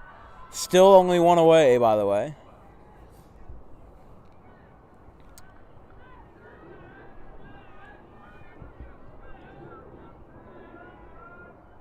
Outside. Good framing job again by Zimmer. You could see his hand was moving a lot to try to get that thing in the strike zone. Just not enough. It's 2-0.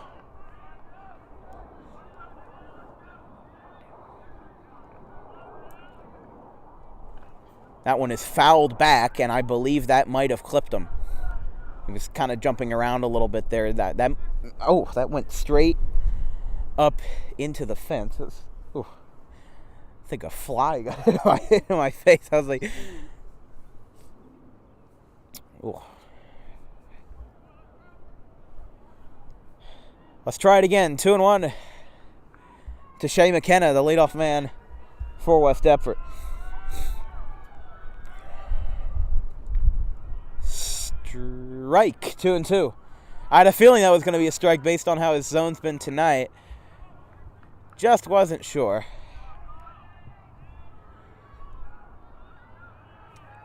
2-2. Swinging a ground ball up the line. Perosi tags the bag, and McKenna does not come home. So he didn't even really take a step off of third. He holds up there. And now, Dan Marafa will be at the dish.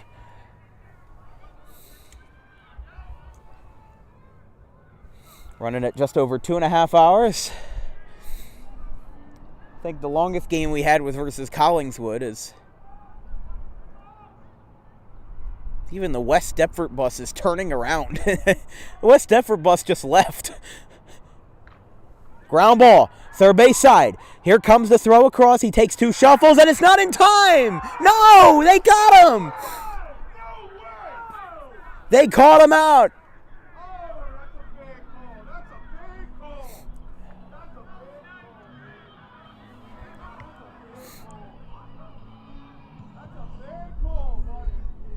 They called him out at first base. I thought he had that.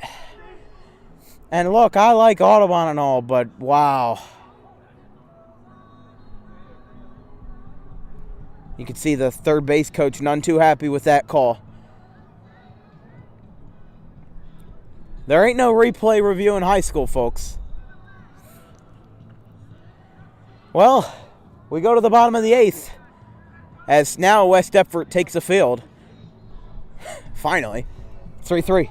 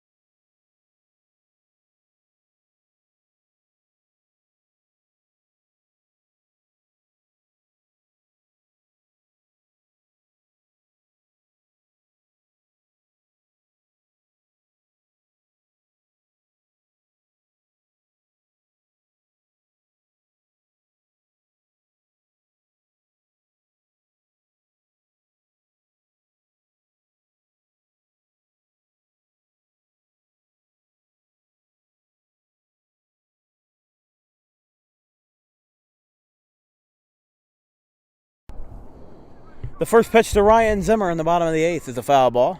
It's 0-1. We're tied at 3.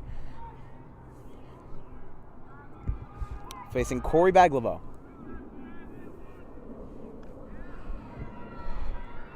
Oh, and 2.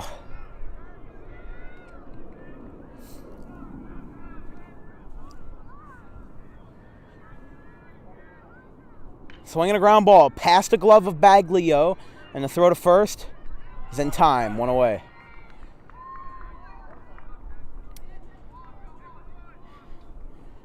I really thought that McKenna was safe, but I also, in a way, I don't think that Audubon's third baseman, I don't think that he should have taken as many shuffles as he did. It seemed like he took too much time and then panicked to throw the ball. That's what I thought. Did you take a look at the replay? I'm working on it. Okay, because I do want to see, because maybe that was like me moving the camera too much or whatever, but I thought he was safe. It is 2-0, by the way, to Nick Caladros, and it is now 2-1.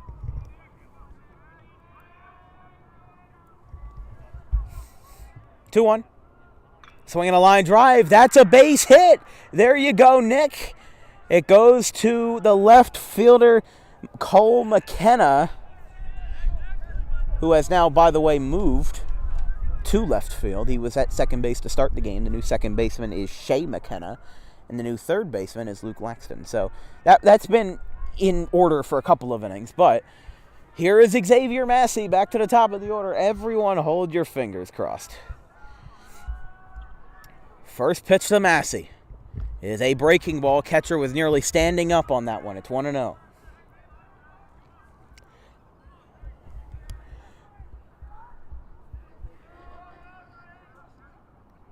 There's a foul ball deep down the right field line, and oh, that just missed us again.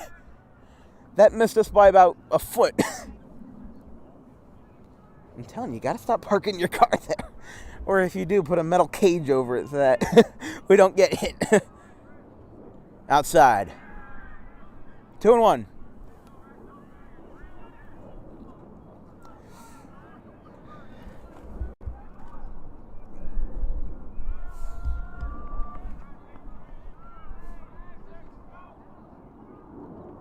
Massey takes down and away. 3-1.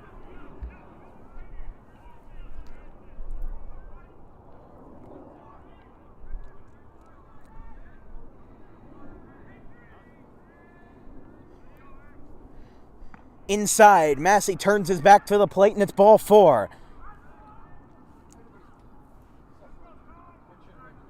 Now here's Tyler Wiltsey, as I believe time is... Yep, time is called, I believe. No, that's... Okay, no, we are going to say where we are.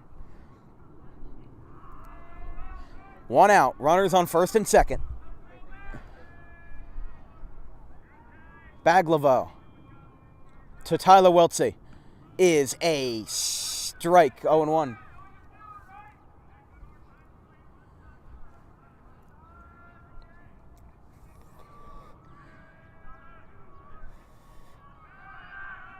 And Baglio steps off.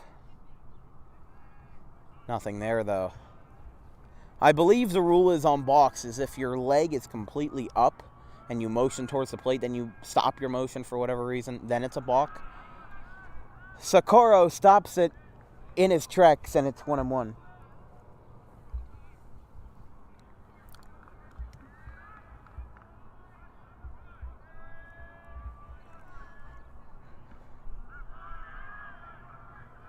Down and away, 2-1.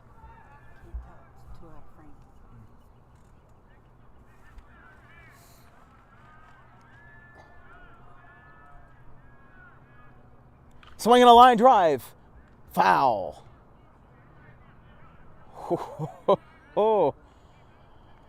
Okay. It's 2-2. Xavier Massey is on first. Nick Caladros is on second base. And Tyler Wiltsey with a chance to win it. Outside, 3-2.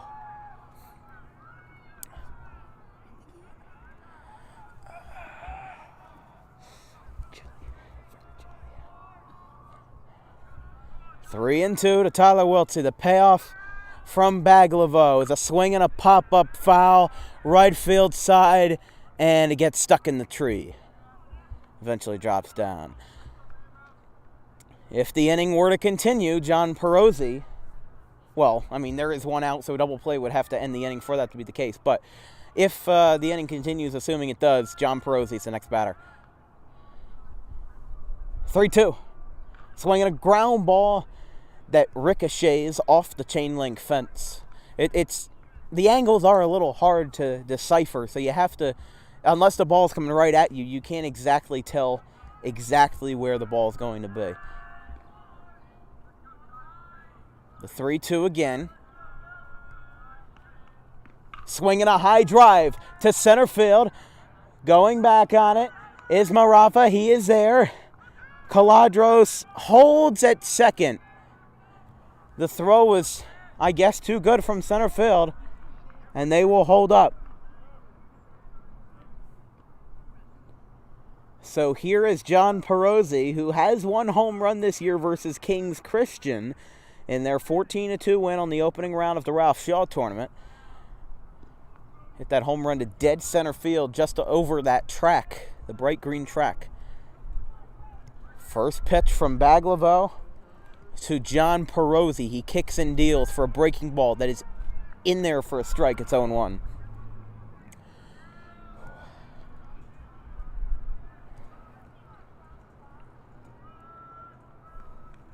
Runners on first and second still. Nothing has changed in that department. It's 1-1.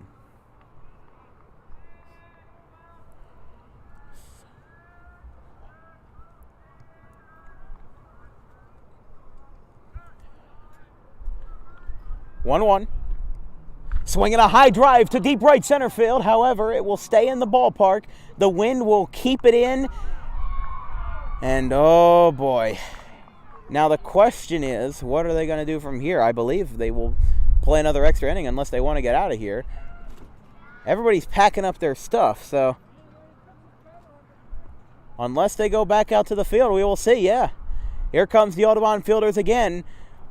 Well, aren't you supposed to play 9 innings anyway? This is a normal game of baseball. We go to the top of the 9th, 3-3 score.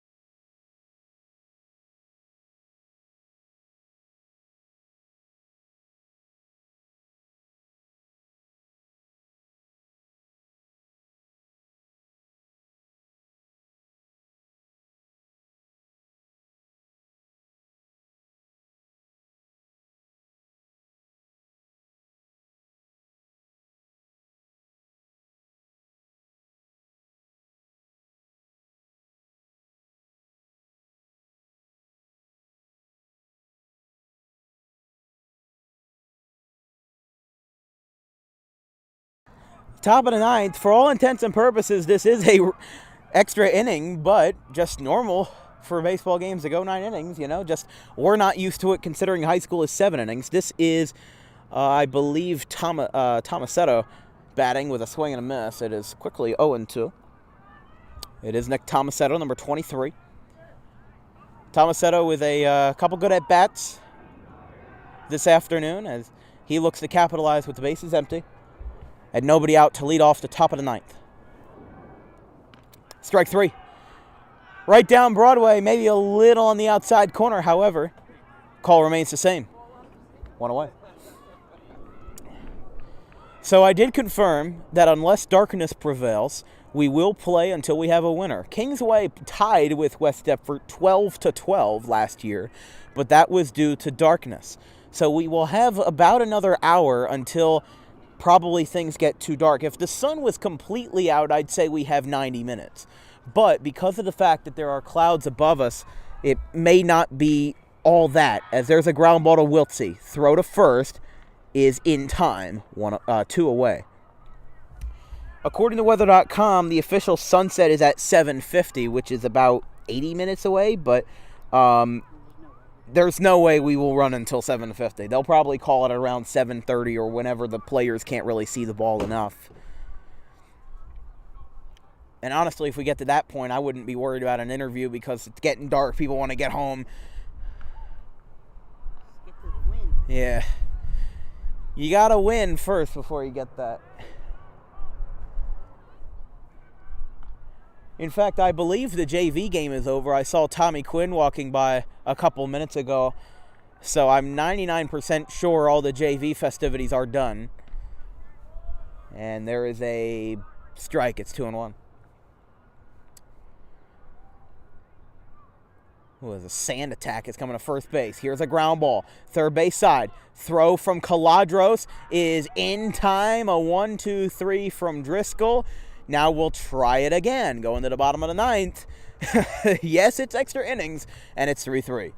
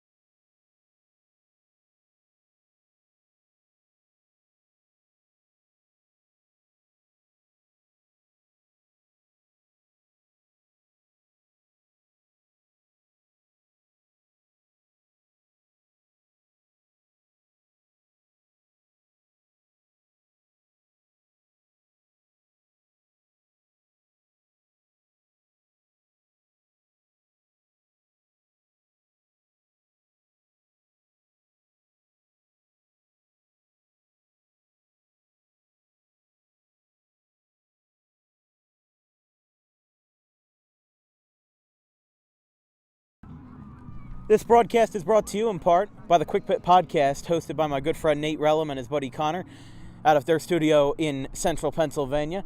They're your top source for all the hot takes, news, and information regarding the world of NASCAR and all motorsports. After this weekend at Talladega, we had Ross Chastain get his second win in the number 1 Trackhouse car, as there's a swing and a drive out to left center field, and that will be the first out, 1 away.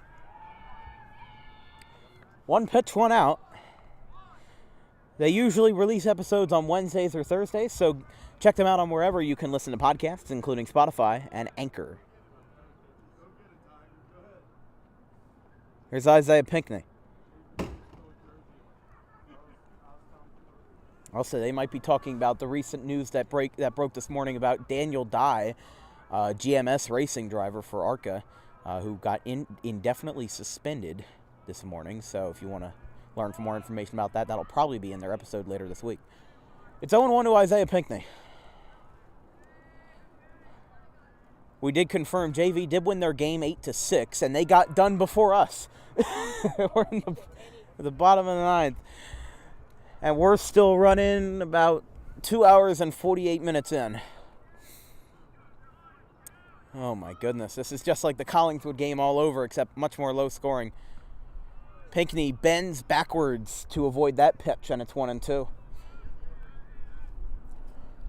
are never allowed to say this game is moving quickly again. Okay, good point. Yeah, it was for the first 3 innings. I thought we were going to get out of here by like 5:15, but what's it now, like 6:45 or whatever? And there's a line drive. There's a base hit. The hops from Laxton couldn't do enough. Pinckney's going to second base. The throw down is not in time. There is no throw. Stand up double for Pinckney. Everybody get on your rally caps. We got a runner in scoring position with 1 away.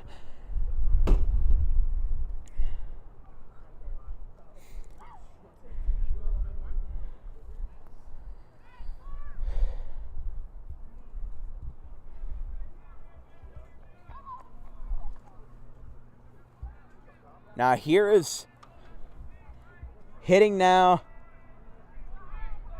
Charlie Copsetta's hitting. This is his first at-bat of the year. He had one at-bat in 2021, and now he's got a chance here to win the ball game with Pinckney on second. Because I think they're out of substitutions or whatever. Are they gonna? Yeah, they're gonna have him bunt. This one is up the line and foul. 0-1.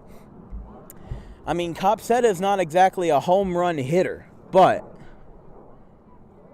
he probably can get something off up the line if able. It's 0-1 to Charlie Copsetta. He shows bunt again. That one is fouled back, and it's 0-2. I'm sorry. The scoreboard is saying 0-1. No, it is 0-2. Okay. I was confused because they didn't count the first one.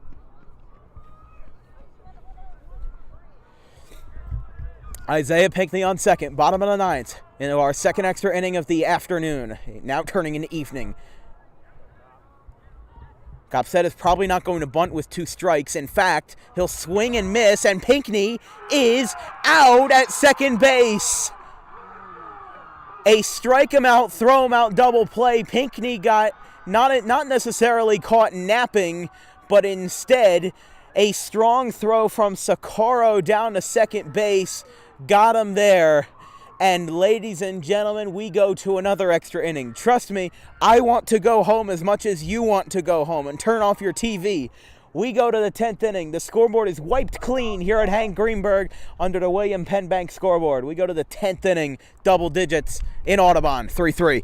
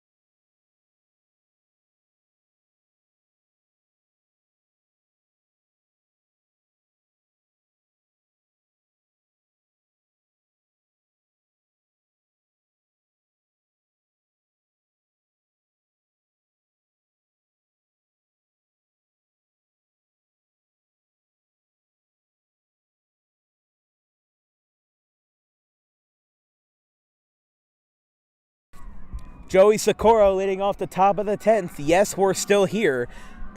We are still going. Frozen cold. It's 1-0 to Socorro as the scoreboard has been wiped clean here at Hank Greenberg. You can see brand new ball game. Although technically not. We've been going on for almost 3 hours, but it is 2-0.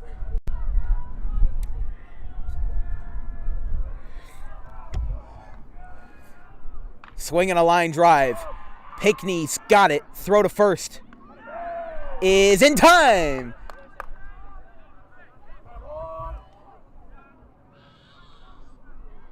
So they got him there. A bang, bang play. Again, my camera was just out of frame. I apologize. I can't catch up that fast. But Corey Baglivo, the longtime pitcher, will bat.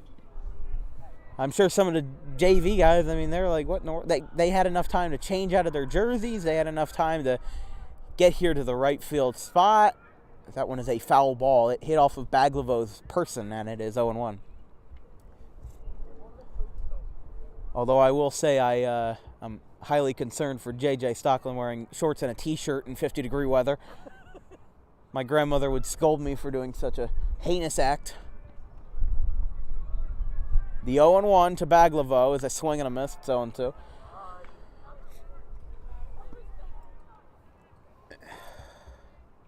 You know, do you remember in the late 90s, was it Ricky Bottalico who had a walk-off hit as a relief pitcher in like the 22nd inning or whatever? Yeah. It was like a bunch of rain delays. The game ended at like 4 a.m.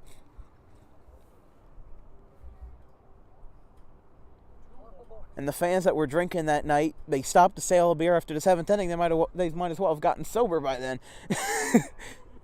Reverse drunk. It's 1-2. Swinging a ground ball. Out to short. Throw to first.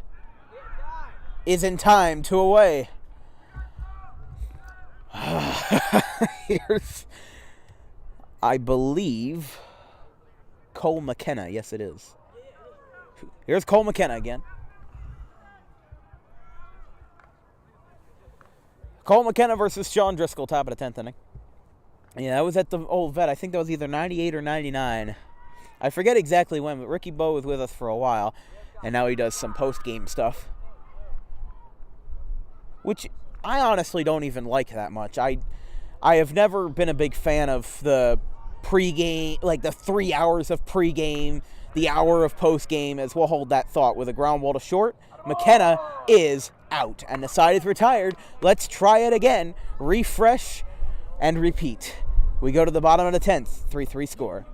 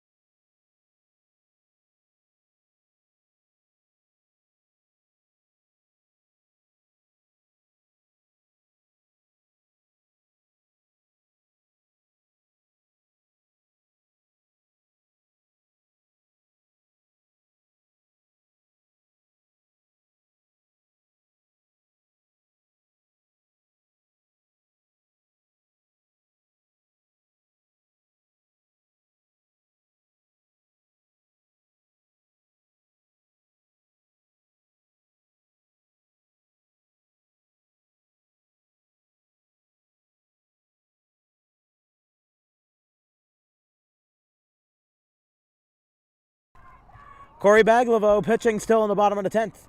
His first batter is Charlie Grady, the junior left fielder.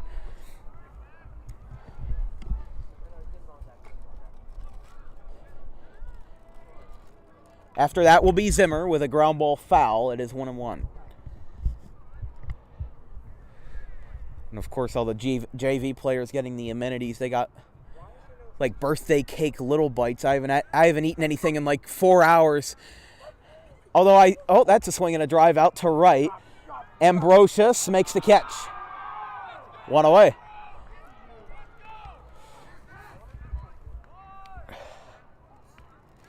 No, because what happened is that I got Wawa at like 2:45. Wawa didn't have the cucumbers. They only had like the sweet peppers and everything like that. And the hot peppers that Wawa has, they are absolutely terrible. My usual order, if you care, because it's the bottom of the 10th, nothing is real anymore. It's a cheese hoagie with all American cheese, by the way, because I'm American. It is a strike. It's 0-1. I usually add pepperoni, sweet peppers. I sometimes add spinach and onions, but they got rid of the pita sandwiches at Wawa. And that would be the second biggest outrage. The first biggest outrage will be if the Green Wave lost this game. But they replaced the pita sandwich with a chalupa. Who in the world is going to go to Wawa for a chalupa? It's 2-2, by the way. The count to Zimmer. If you want a chalupa, go to Taco Bell. There's a swing and a drive out to right. That one's caught. 2 away.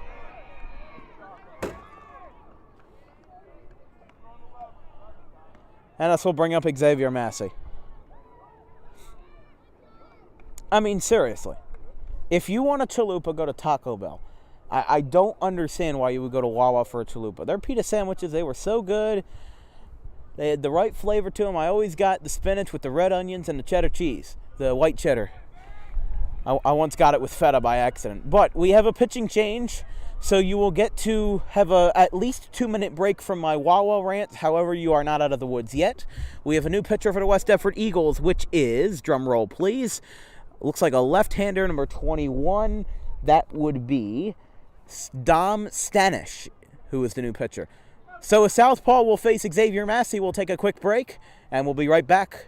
2 outs, nobody on base in the bottom of the 10th.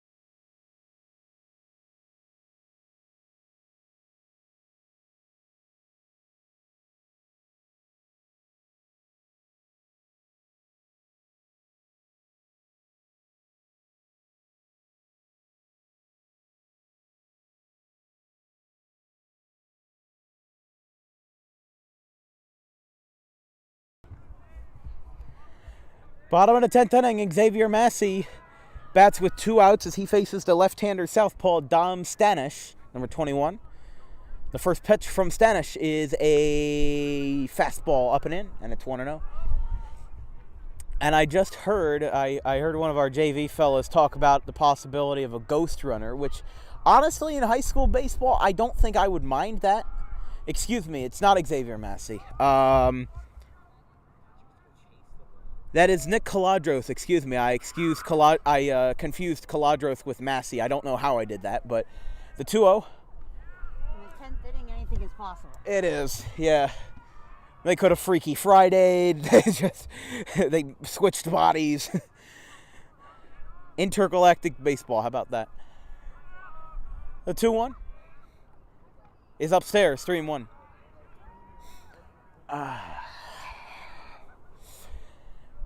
This is going to be a long night, isn't it? It already is. We're over the 3-hour mark.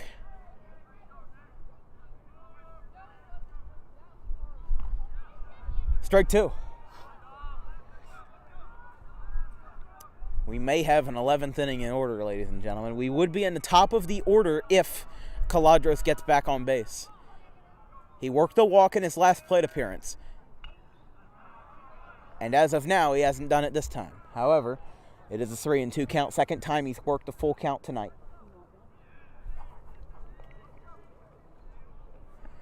I'm going to need one of those, what's it called? I forget what it's called. Like one of those space heaters. We just plug it in. We need to get us our shed back here. Yes. Fouled back again. Caladros not going down without a fight. Nick Caladros, he is going to be a guy to watch in the next couple of years. You know, mark my word. He's got the talent. He's got the prestige. He could be an under-the-radar guy for years to come. And he's just a freshman doing all this. Caladros fouls it back again. This will be the 9th pitch of the at-bat.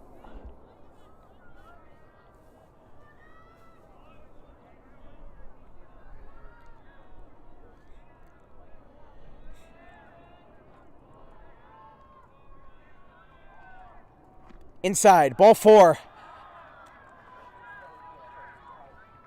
And now it's Massey.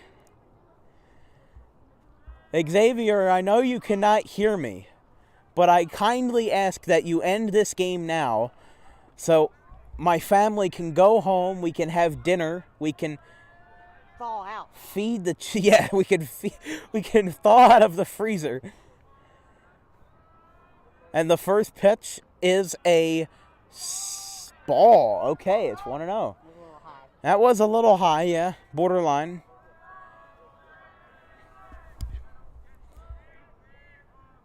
1-0. Framed perfectly, and it's a strike as well. It's 1-1.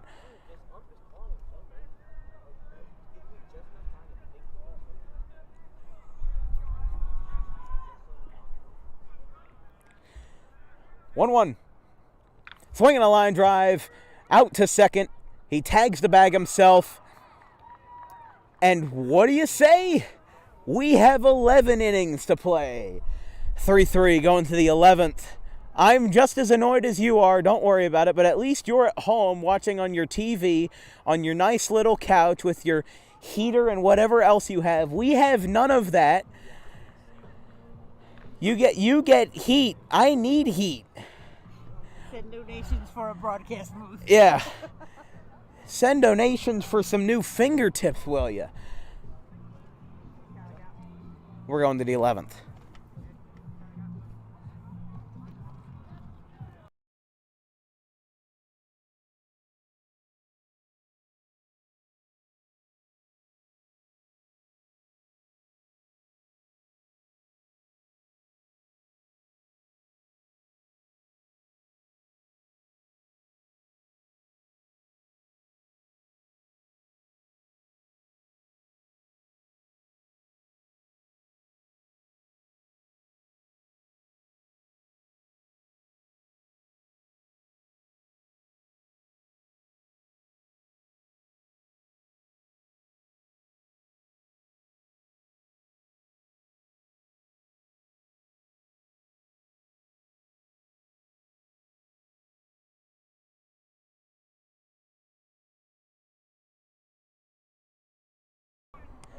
Jake Barger leading off the top of the 11th, and there's a swing and a drive. Out to left, Massey is there. 1 pitch, 1 out.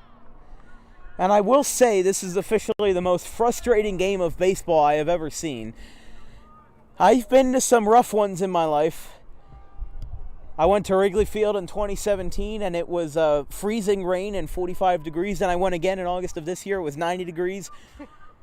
Sweating my rear end off on a metal bleacher. As the first pitch to McKenna. West Deptford's trying to hype up their dugout, get their players rallied, although I don't know how many of their players might have had frostbite at this point. If it was warmer, if it was like 60 degrees, I would not be complaining. Yeah, I wouldn't care. I'd be enjoying baseball for what it is. That's a fair ball down the line. It goes to left. We'll follow McKenna. He goes to second, and there is no throw. It's cut off at short, and it's a double as he points the Fernando Rodney arrow at his own dugout. A one-out double for Shea McKenna, and this will bring up Dan Marafa.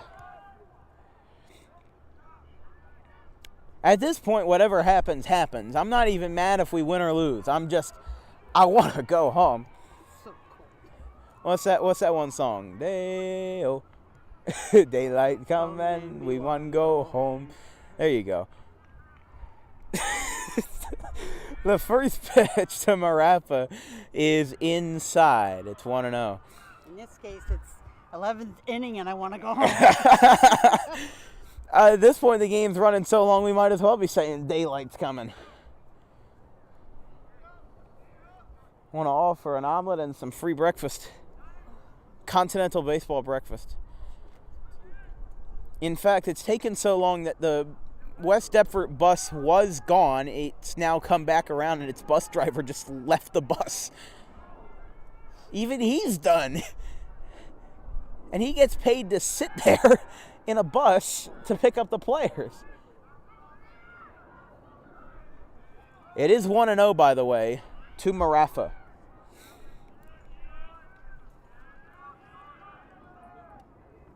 Inside. 2-0.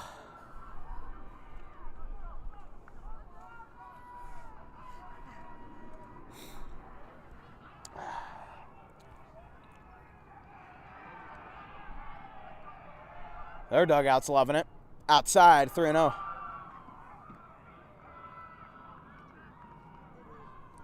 Their dugout's having one heck of a commotion.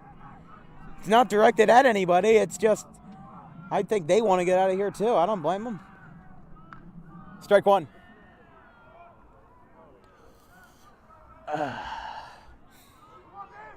We just need somebody to get a hold of one and we'll be good. Not for this team, but for Audubon. We got to stick it out. Runner on second, and the 3-1 is a ball.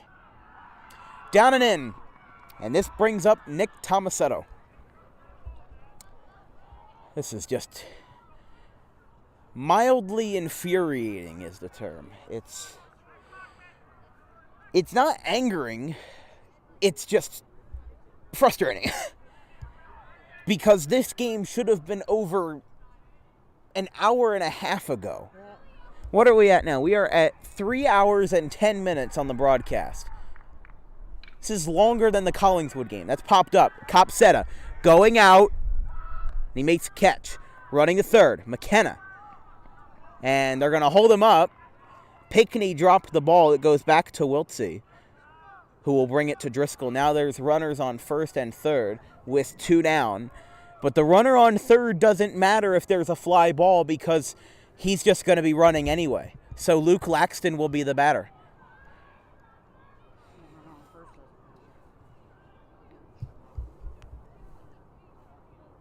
As soon as they score one, never mind.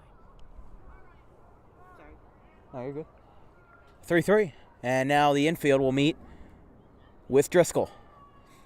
Down the bottom. Yeah. Sorry about that. No, you're good. Hopefully we'll be in the bottom half soon.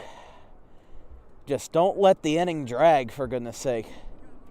Because we are very quickly losing daylight. We still have a decent blue sky, but with the clouds at stake, it just worries me. And now they're going to meet again. This time Noel is running out to the mound. What is going on here? 2 mound visits in a row. I don't even think you can do that, but unless so, and no, he will not. Driscoll will stay in. Maybe it's Major League Baseball where you can't do that, but I think there was a miscommunication and Noel didn't come out for the first one. Now he's come out for the second one.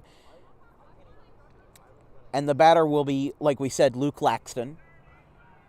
Marafa on first. McKenna on third. That one's up and in. Laxton has to avoid the breaking ball from hitting his noggin, and it's 1-0.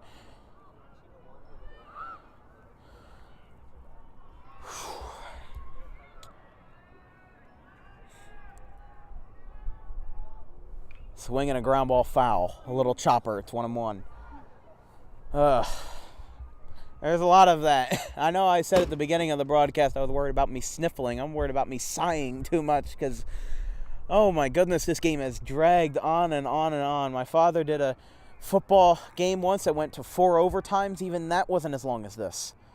This would be the equivalent, by the way, of us being, for Major League Baseball, in like the 13th inning. That would be the equivalent. It is 1-2. In the dirt, it skips about 5 feet in front of the plate.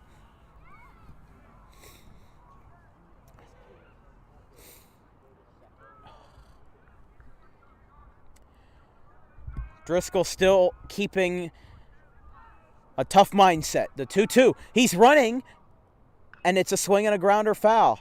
He was running before he even got set, and he didn't step off or nothing. He should have stepped off and had somebody cover second base. I know you're going to be running, but still, you need to have more alertness. You need to be more alert in that situation. The lead he's got is too much. He's going again. He dropped the ball. The throw to first is in time. Anthony Witz, he's hyped up. He's hyped up like I am. Although, again, I just want to go home. I don't care who wins. I just hope they both have fun. We go to the bottom of the 11th. We are still deadlocked at 3-3. My goodness, get ourselves some help.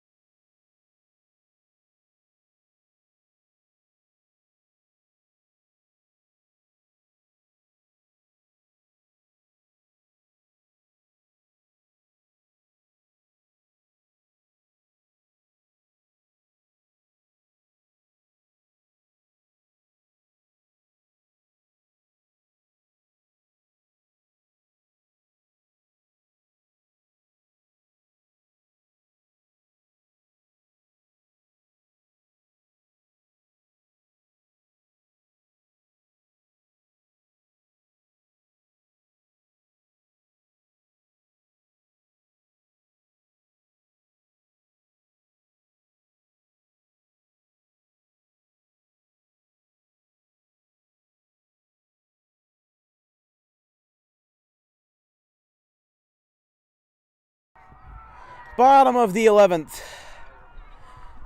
Tyler Wiltsey bats. As now Audubon's dugout has their turn to get loud. That one's outside, 1-0.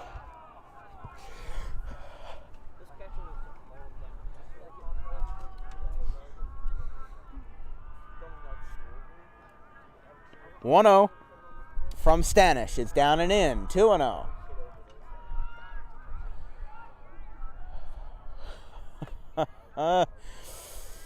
Let's get rolling, folks.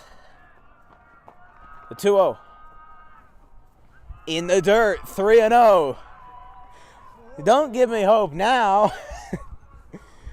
They got to get this game over with. You got to graduate in 2 years. 3-0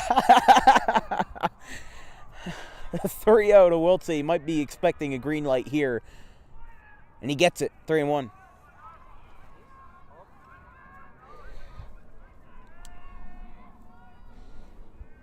Perosi on deck for the 6,000th time tonight. There's a pop-up. First base side. Camping under it is the first baseman for West Deptford, and there's one away. He had a 3-0 count. He had a 3-0 count. Come on. Oh, my God. Here's Perosi. And the first pitch as darkness falls to Stanish. I'm sure we still have at least another inning left. I just don't... After this pitch, I'll show you where I can see the sunset. I don't want this game to end in a tie, but if it does, it does, you know? It is a ball, 1-1. Take a look at what I see. There's the sunset out in left field. It is going down. This ain't Northern Alaska. It won't stay up forever. That is down low, 2-1.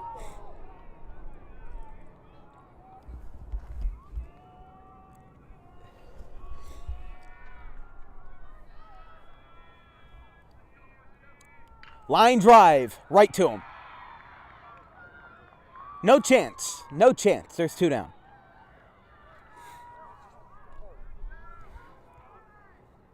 And now here is Sean Driscoll. Come on, Driscoll. Come on, Sean. Come on. To avoid us going to the 12th. They just cannot break the stalemate. They had trouble doing it to start the game, and now they can't. That one's foul off to the right side. And he gets hit by the tree. It's 0-1.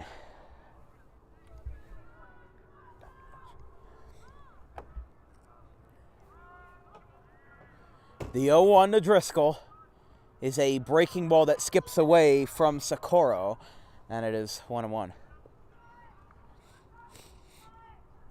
The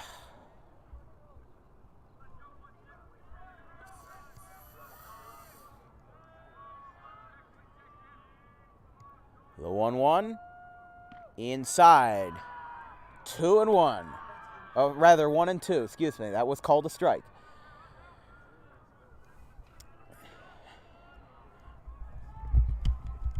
One, two. Ground ball. Out to second base. Throw to first. Is in time. We can't do anything. Can we get a runner on first? Do I dare say get a runner in scoring position? Audubon does take the field, so we are not done yet for all intents and purposes. The fans might be done, the players might be done, but the umpires want this game to live on. It is going to the 12th inning. Still 3-3. You're watching Green Wave Baseball and Dan Wilkins Broadcasting.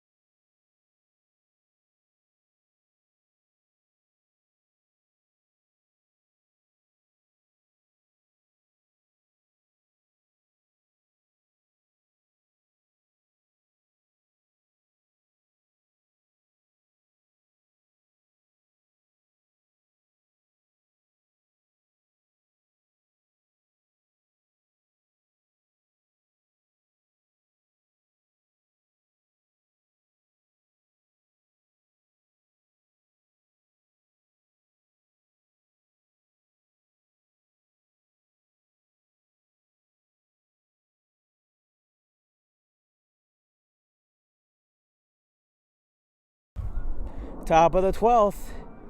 Here is number 29. I believe that is Cole Ambrosius. Yes, first pitch is outside. Want to know. Top of the 12th, by the way. Probably already said that, but... And now time is called.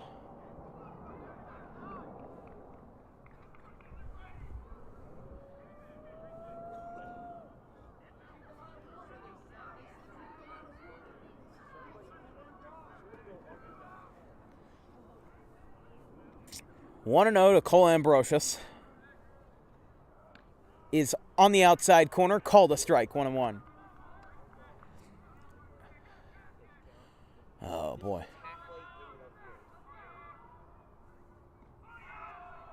So I'm gonna miss 1 and 2.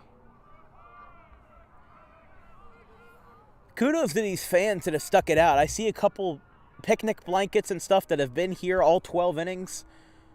I don't know what superhuman ability they have to willingly stay for a baseball game for this long, but they need like reparations or something. They need like a tax cut for doing that. They need some sort of credit. Yes. Strike 3 called to Ambrosius, and this brings up Joey Socorro.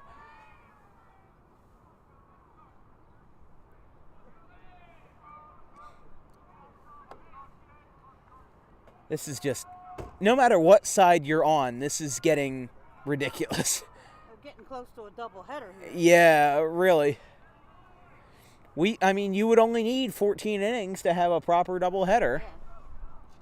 So it's not the most absurd thing in the world. And remember, Major League Baseball 2020 and 2021, if you had a doubleheader, you'd had a 7-inning game. So those weren't exactly uncommon. There's a swing and a drive. Deep right center. Massey going back. And he makes the catch! He made the catch! He leaped up against the wall and made an improbable catch. I thought that was gone for sure.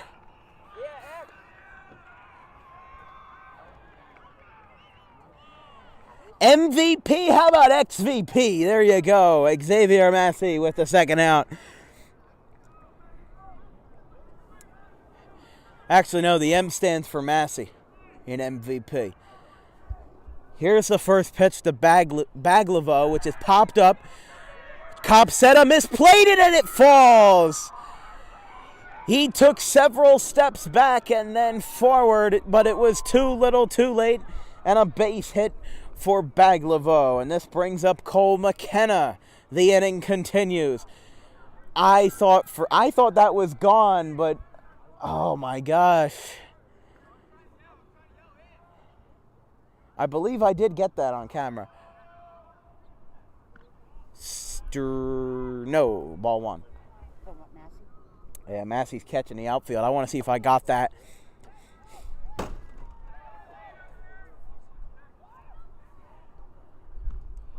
Downstairs, 2-0.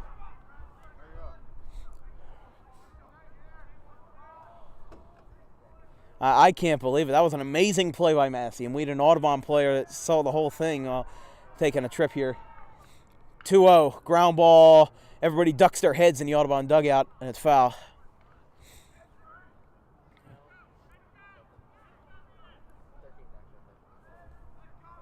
Top of the 12th here from Hank Greenberg. A 3-3 game between the West Deptford Eagles and the Audubon Green Wave.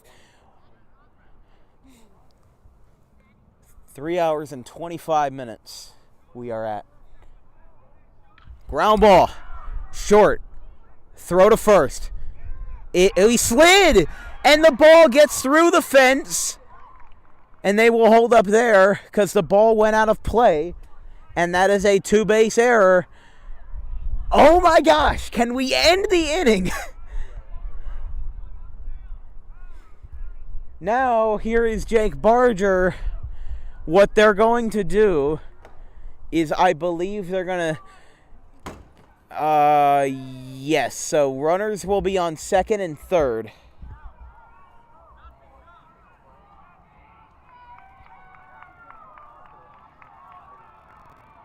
Runners on second and third as Jake Barger steps in. First pitch is high and away. 1-0.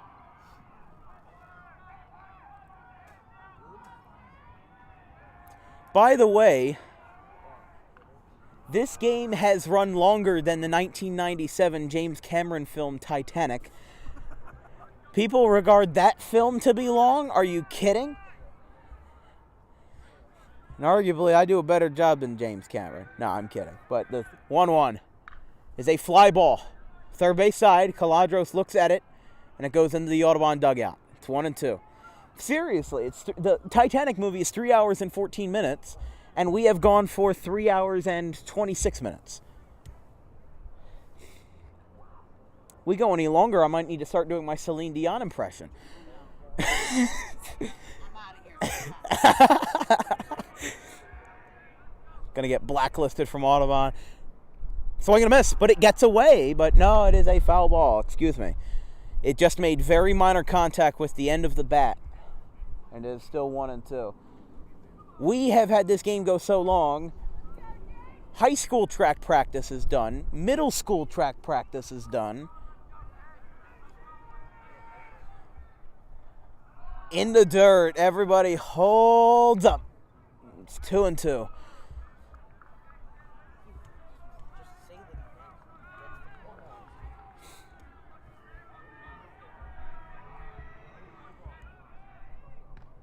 Please? Please? No! It's 3-2. Oh, man. Come on. I'm not blaming the ump for that. I'm just like, oh, I want to go to the bottom half of the inning, and it's ball 4. It's ball 4. And Shea McKenna's at the plate with the bases loaded. Barger on first. Cole McKenna on second. Corey Baglivo, who came in on a late single with 2 down. Ambrosius and Socorro were out with no problem. Now the leadoff man for the West Deptford Eagles is up with a chance to score their first runs since the 5th inning.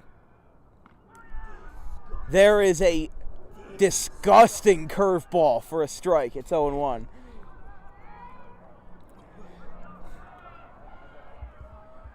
The 0-1. Please. No, it's 1-1. That was low. That was low. All right, I can respect that.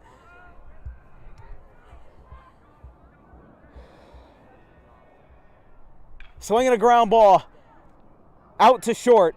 He throws to second, and it is in time. Hallelujah! We go to the bottom of the 12th. We get out of it. Bases juiced for West Deptford. No runs, but Audubon, please, I pray, let's please score. I want to go home. I love this team, but let's end it here, please. 3-3, bottom 12.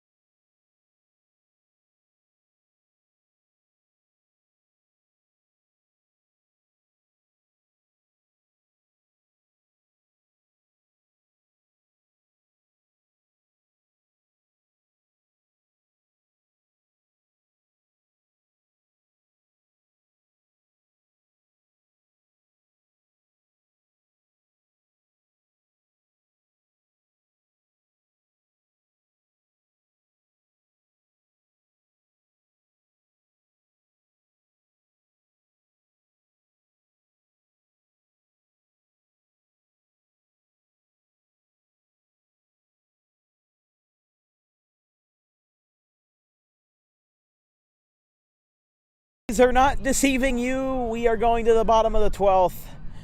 Isaiah Pinckney is leading off, and I just ask that we can end this game.